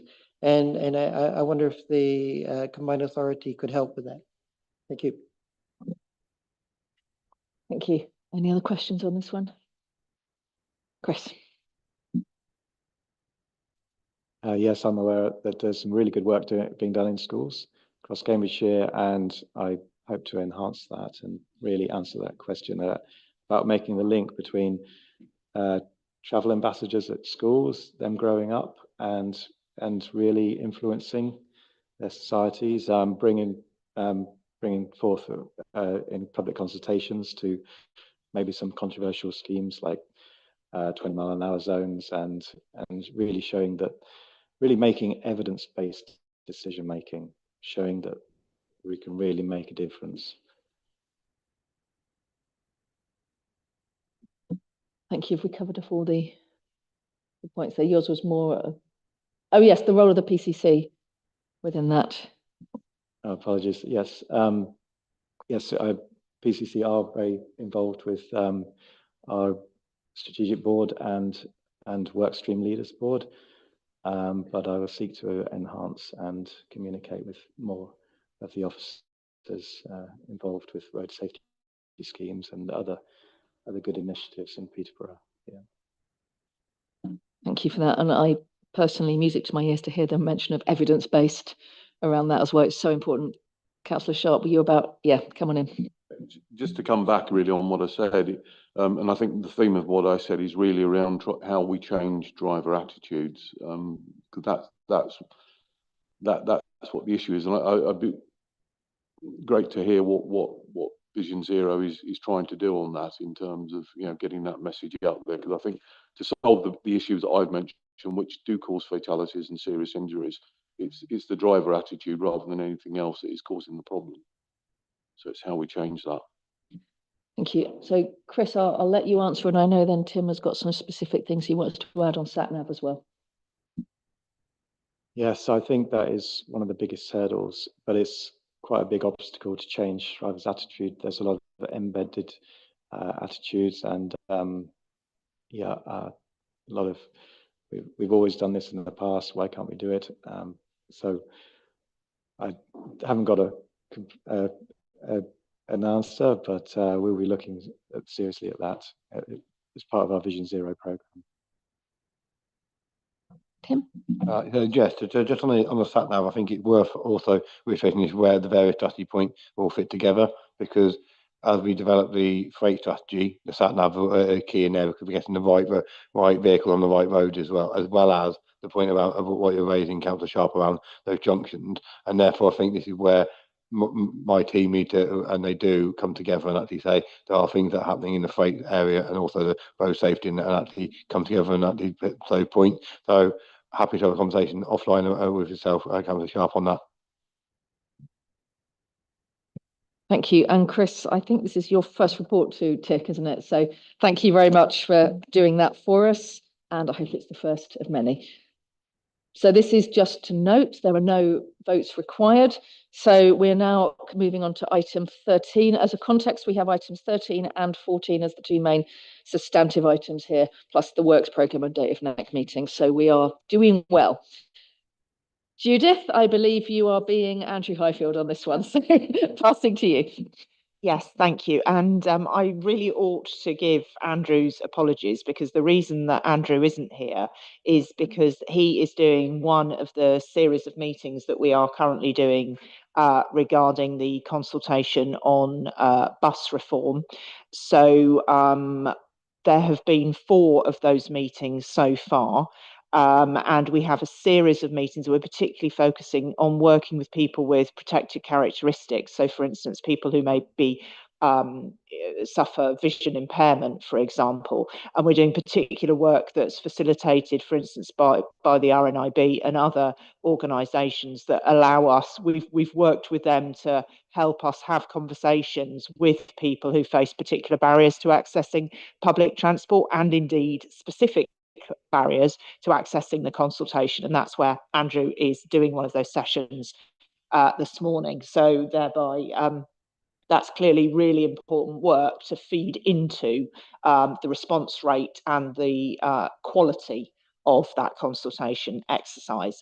So the paper that he has prepared that's in front of you today really covers off 2 areas. Obviously happy again to take questions. The first presents the timetable of routes that will come on board because of the decision that the Combined Authority and the Mayor took earlier this year to increase the precept. So you've got a table there that goes through the timing, the routes, the timing, etc. And then secondly, it's the update on the progress of the Tiger Pass. And in particular, following our July meeting, there was a request to understand the geographical spread of the uptake of the Tiger Pass, and indeed what we can do to address that if there is an unevenness. And so that report is also contained. So you can see the amazing progress that we're now, well, the latest details, we're now over 21,000 Tiger Passes that have been issued. And you can see the report that covers off the kind of progress that's made. So very happy to take questions on any of the report contents. Thank you. Questions? So we've got Councillor Sharp, Councillor Wakeford. We'll start with you two. Councillor Sharp. Thank you. I've got two questions and points. The first one is on the table that's got all of the new routes. One of the comments I had back from a fellow councillor is some of those are due to start in that area in November, yet residents have not heard anything. So it's how we get what is the CPCA looking at trying to get. This is partly the demand responsive transport in the east of Cambridgeshire, in east of East Cambridgeshire, and then Soham to Cambridge route. So it's how are you proposing to let people know that these routes now exist? And the second one, which I think has now been solved, but I raise it just as an issue, is the Tiger Pass. There was an issue with, there is a commercial service that Stevenson's run, number 12, which runs from Newmarket to Cambridge and basically just goes through Bottisham, stops at Bottisham, that's it. Some youngsters were trying to use the pass, but certainly for a while, but as I say, I think it's now been resolved. Stevenson's weren't accepting it because the service started outside Cambridgeshire. It started in Suffolk. You know, we're right on the edge. I live literally 10 yards from Suffolk's in Cambridgeshire, so we're right in the edge there. So, but I think it's been resolved. But I just wonder if there's been any other cross-boundary issues like that, which has caused a hiccup. Certainly. Thank you. Thank you, Councillor Wakeford. Thank you. I'm on a similar wavelength to Councillor Sharp. The report mentions that outcome of tendering exercises weren't clear at point of drafting the report, and I think by implication the appendix overview of improvements is to an extent, I think, provisional. It will be really helpful for us to understand kind of how we're communicating what is finalised as it's finalised to ourselves and indeed wider stakeholders and residents. But you know, this is enormously welcome progress, and that we are within touching distance of some of these really necessary route improvements starting. I do just wonder, a little like Councillor Sharp earlier, though, if I should also declare an interest of sorts as the parent of like many thousands of families in our CPC area, the parent of a proud holder of a Tiger Pass. But fantastic, thank you. And could I just, I was going to make a similar point to Councillor Wakeford around, this is a really helpful chart, this appendix. Obviously, at the moment, it's not complete. We've got a few things here. Further negotiation needed to be confirmed. Start dates are a month rather than a particular date. I wonder if we could look at making this a dynamic chart so that people can access the latest information on this chart on the website, because this is very helpful as a snapshot at this point in time. But if things are going to be added, whether people can then come back to that and see it all live somewhere, I think that would be incredibly helpful if that's something we were able to do. And sorry, I'm springing that on you. I haven't raised that in advance. Okay, so thank you very much for those questions, and they're all really important questions, particularly about the communication. I think it's fair to say that the focus of the organisation around these routes has been very much about ensuring the procurement, and it's been a very complex and detailed procurement process on all of those routes. And so working through that's why, as you've quite rightly described it, the chart is a little bit provisional. We have, however, engaged with we're absolutely engaged and working very, very closely with our colleagues in communications, both on the bus reform consultation and more widely. And that is one of the reasons why the Tiger Card has been successful, because they've helped us deliver that from the very beginning. And I think we are working incredibly closely with Ed Coleman and his team on this. So I will take away an action to think about how we develop that comms strategy going into these particular routes. What has been difficult is when you're actually in a procurement process, it's difficult to provide too much detail, because we could have a situation where we didn't have anybody tender for a route or something. So we have to be a little bit, we have to be careful about giving too much detail until we're ready to do it. But now those processes are coming towards their end, then clearly I think that proposal to provide updated information, I can certainly take that away, and we'll talk with colleagues about how we do that as an action from this meeting. You are quite right, I am aware of that Stevenson's situation. My understanding is it is resolved, and Stevenson's have been working with us really closely to resolve that. I'm not aware of any others, but I am aware of individual issues, and one of the critical things that Andrew and I have been talking about this week is getting the data together from all of the bus operators, so we actually understand not only how many cards have we issued, but how often are they being used, when are they being used, where are they being used, and how frequently. And that data is really, really critical. So we are going to get that data. We will be reporting that here, and that's really critical to understanding the extent to which, how much of a solution is this providing and what's the value for money it's delivering. So really interested in getting that data, and I would hope that if it can't come in November, it will certainly come at the following committee when we've got a real understanding of what the first few months look like. Thank you, and I know that we will all hugely welcome that. I wanted to just ask a follow-up question around communication. We get a lot of questions about this, and that's how we get the information accurate and up to date at bus stops, because often that information lags quite significantly behind. So what are we doing in terms of working with the companies we are procuring to ensure that they get their information up to date on the bus stops that they are responsible for? Thank you. That is absolutely a key question, and one that we've also been talking about.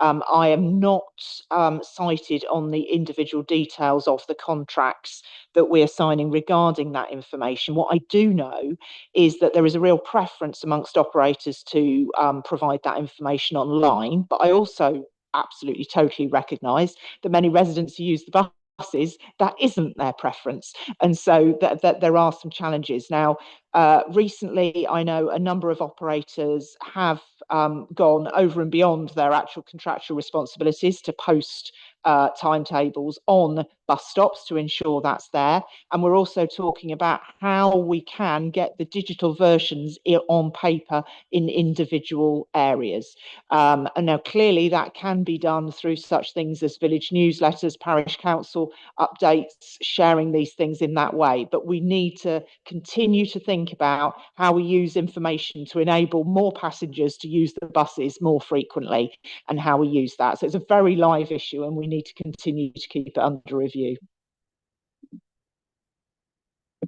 Thank you. Have we spotted the TV? Looks like it's about to go off.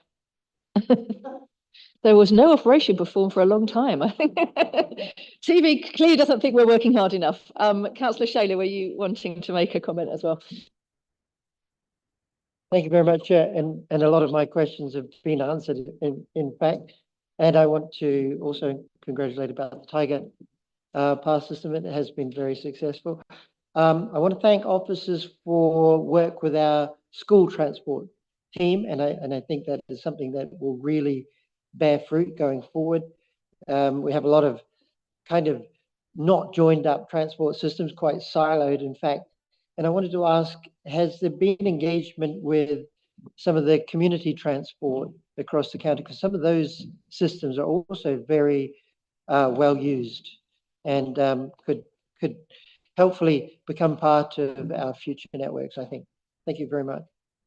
Okay, are there any other questions at this point? And just to emphasise what Councillor Shaler is saying, there has been some really good and visionary work being done on how we can bring together school transport and public transport to enable one route that is viable and meets all the needs. And I think that's really encouraging. So over to yourself, Judith. Thank you. And very, very briefly, one of the things that we're really trying to take forward is looking at this bus system as a whole. And as you quite rightly say, it's at the moment compartmentalised into a number of different areas, and that won't be the most effective and efficient way to run the service. So we need to look. So I think Andrew's done some great work on those particular routes that are noted in the paper, and we need to take that further and deeper across the system. And I know the leadership strategy meeting has also absolutely encouraged that. So I'm meeting with my colleague Frank Jordan at County to sort of think about how we can try and stick those bits together. But I also think it goes wider. You talked about community transport. That's obviously really important. It's also really important to think about the other providers of transport, because I know from speaking to Andy previously, there's, you know, within the biomedical world, there's a number of companies that are providing their own buses because they feel that the services don't meet need, and so on. So we need to think about how do we use all of that resource to actually get a better service that better serves the businesses and the communities more effectively. Now, that's a long-term ambition, but I think we're taking steps in that direction to see it as a system, and integrate more effectively. And we're also thinking of that system, you know, for instance, through Bess, who was on the call earlier, who's been leading the work on the 9:30, pre-9:30 passes, thinking about how we integrate with those services more effectively. And I know, for instance, she's been working with colleagues in Peterborough to see how we connect home to school transport for SEND children more effectively as well. So there's lots of dimensions to how we make the system more effective. But I think the overall concept of driving it together in an integrated system, but it's going to be bit by bit that we move on that agenda realistically as we go forward. Councillor Ellis. Thank you, Chair. Just something I want to come in that came rather late. It's looking at the appendices, and one of the interesting proposals is the Peterborough Orbital route, where it says to be confirmed with the operator at the moment. Can you enlighten us about, you know, what is there any issues about getting an operator procurement for that? Because it is a very important proposal, because not everybody needs to go in and out of town over time, which all the other routes do. There's lots of like new townships around the orbital, which would be connected. I'm being told, possibly in a moment from both angles, that there will be aspects of that we're not able to share in public debate. So I think if you have a chat with Judith at the end, she'll be able to give you that detail outside of that public forum. I have to say as well, so delighted to see the route numbers. If you look at Appendix 1, Tiger 1, Tiger 2, Tiger 3, you know, Manchester may have its B network, but we seem to be moving at pace to have a Tiger network, which is extremely exciting to see that coming through as a kind of branding. It's very powerful. Thank you for putting that in. Any other questions on this one? I was going to say that, and yeah, I feel we're issuing a challenge here, are we not? If there are no more questions on that, that's a report for noting. We then have Tim Greenwood bringing the budget and performance report. Tim, I always feel really bad for you because you always come on last. Maybe we should put you at the start to give us the opportunity to really quiz you properly next time. But over to you, please.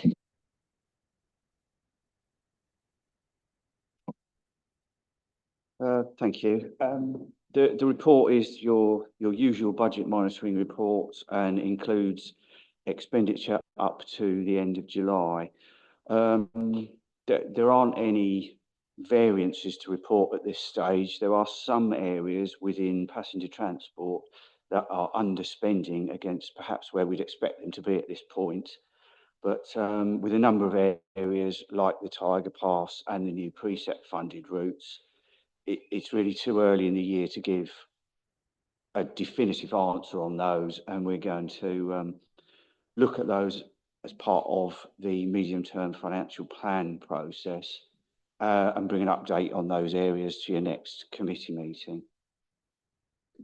Also, this report is sort of the start of the medium-term financial planning process for the committee. The appendix shows you the current budget and projected budgets for the next 3 years.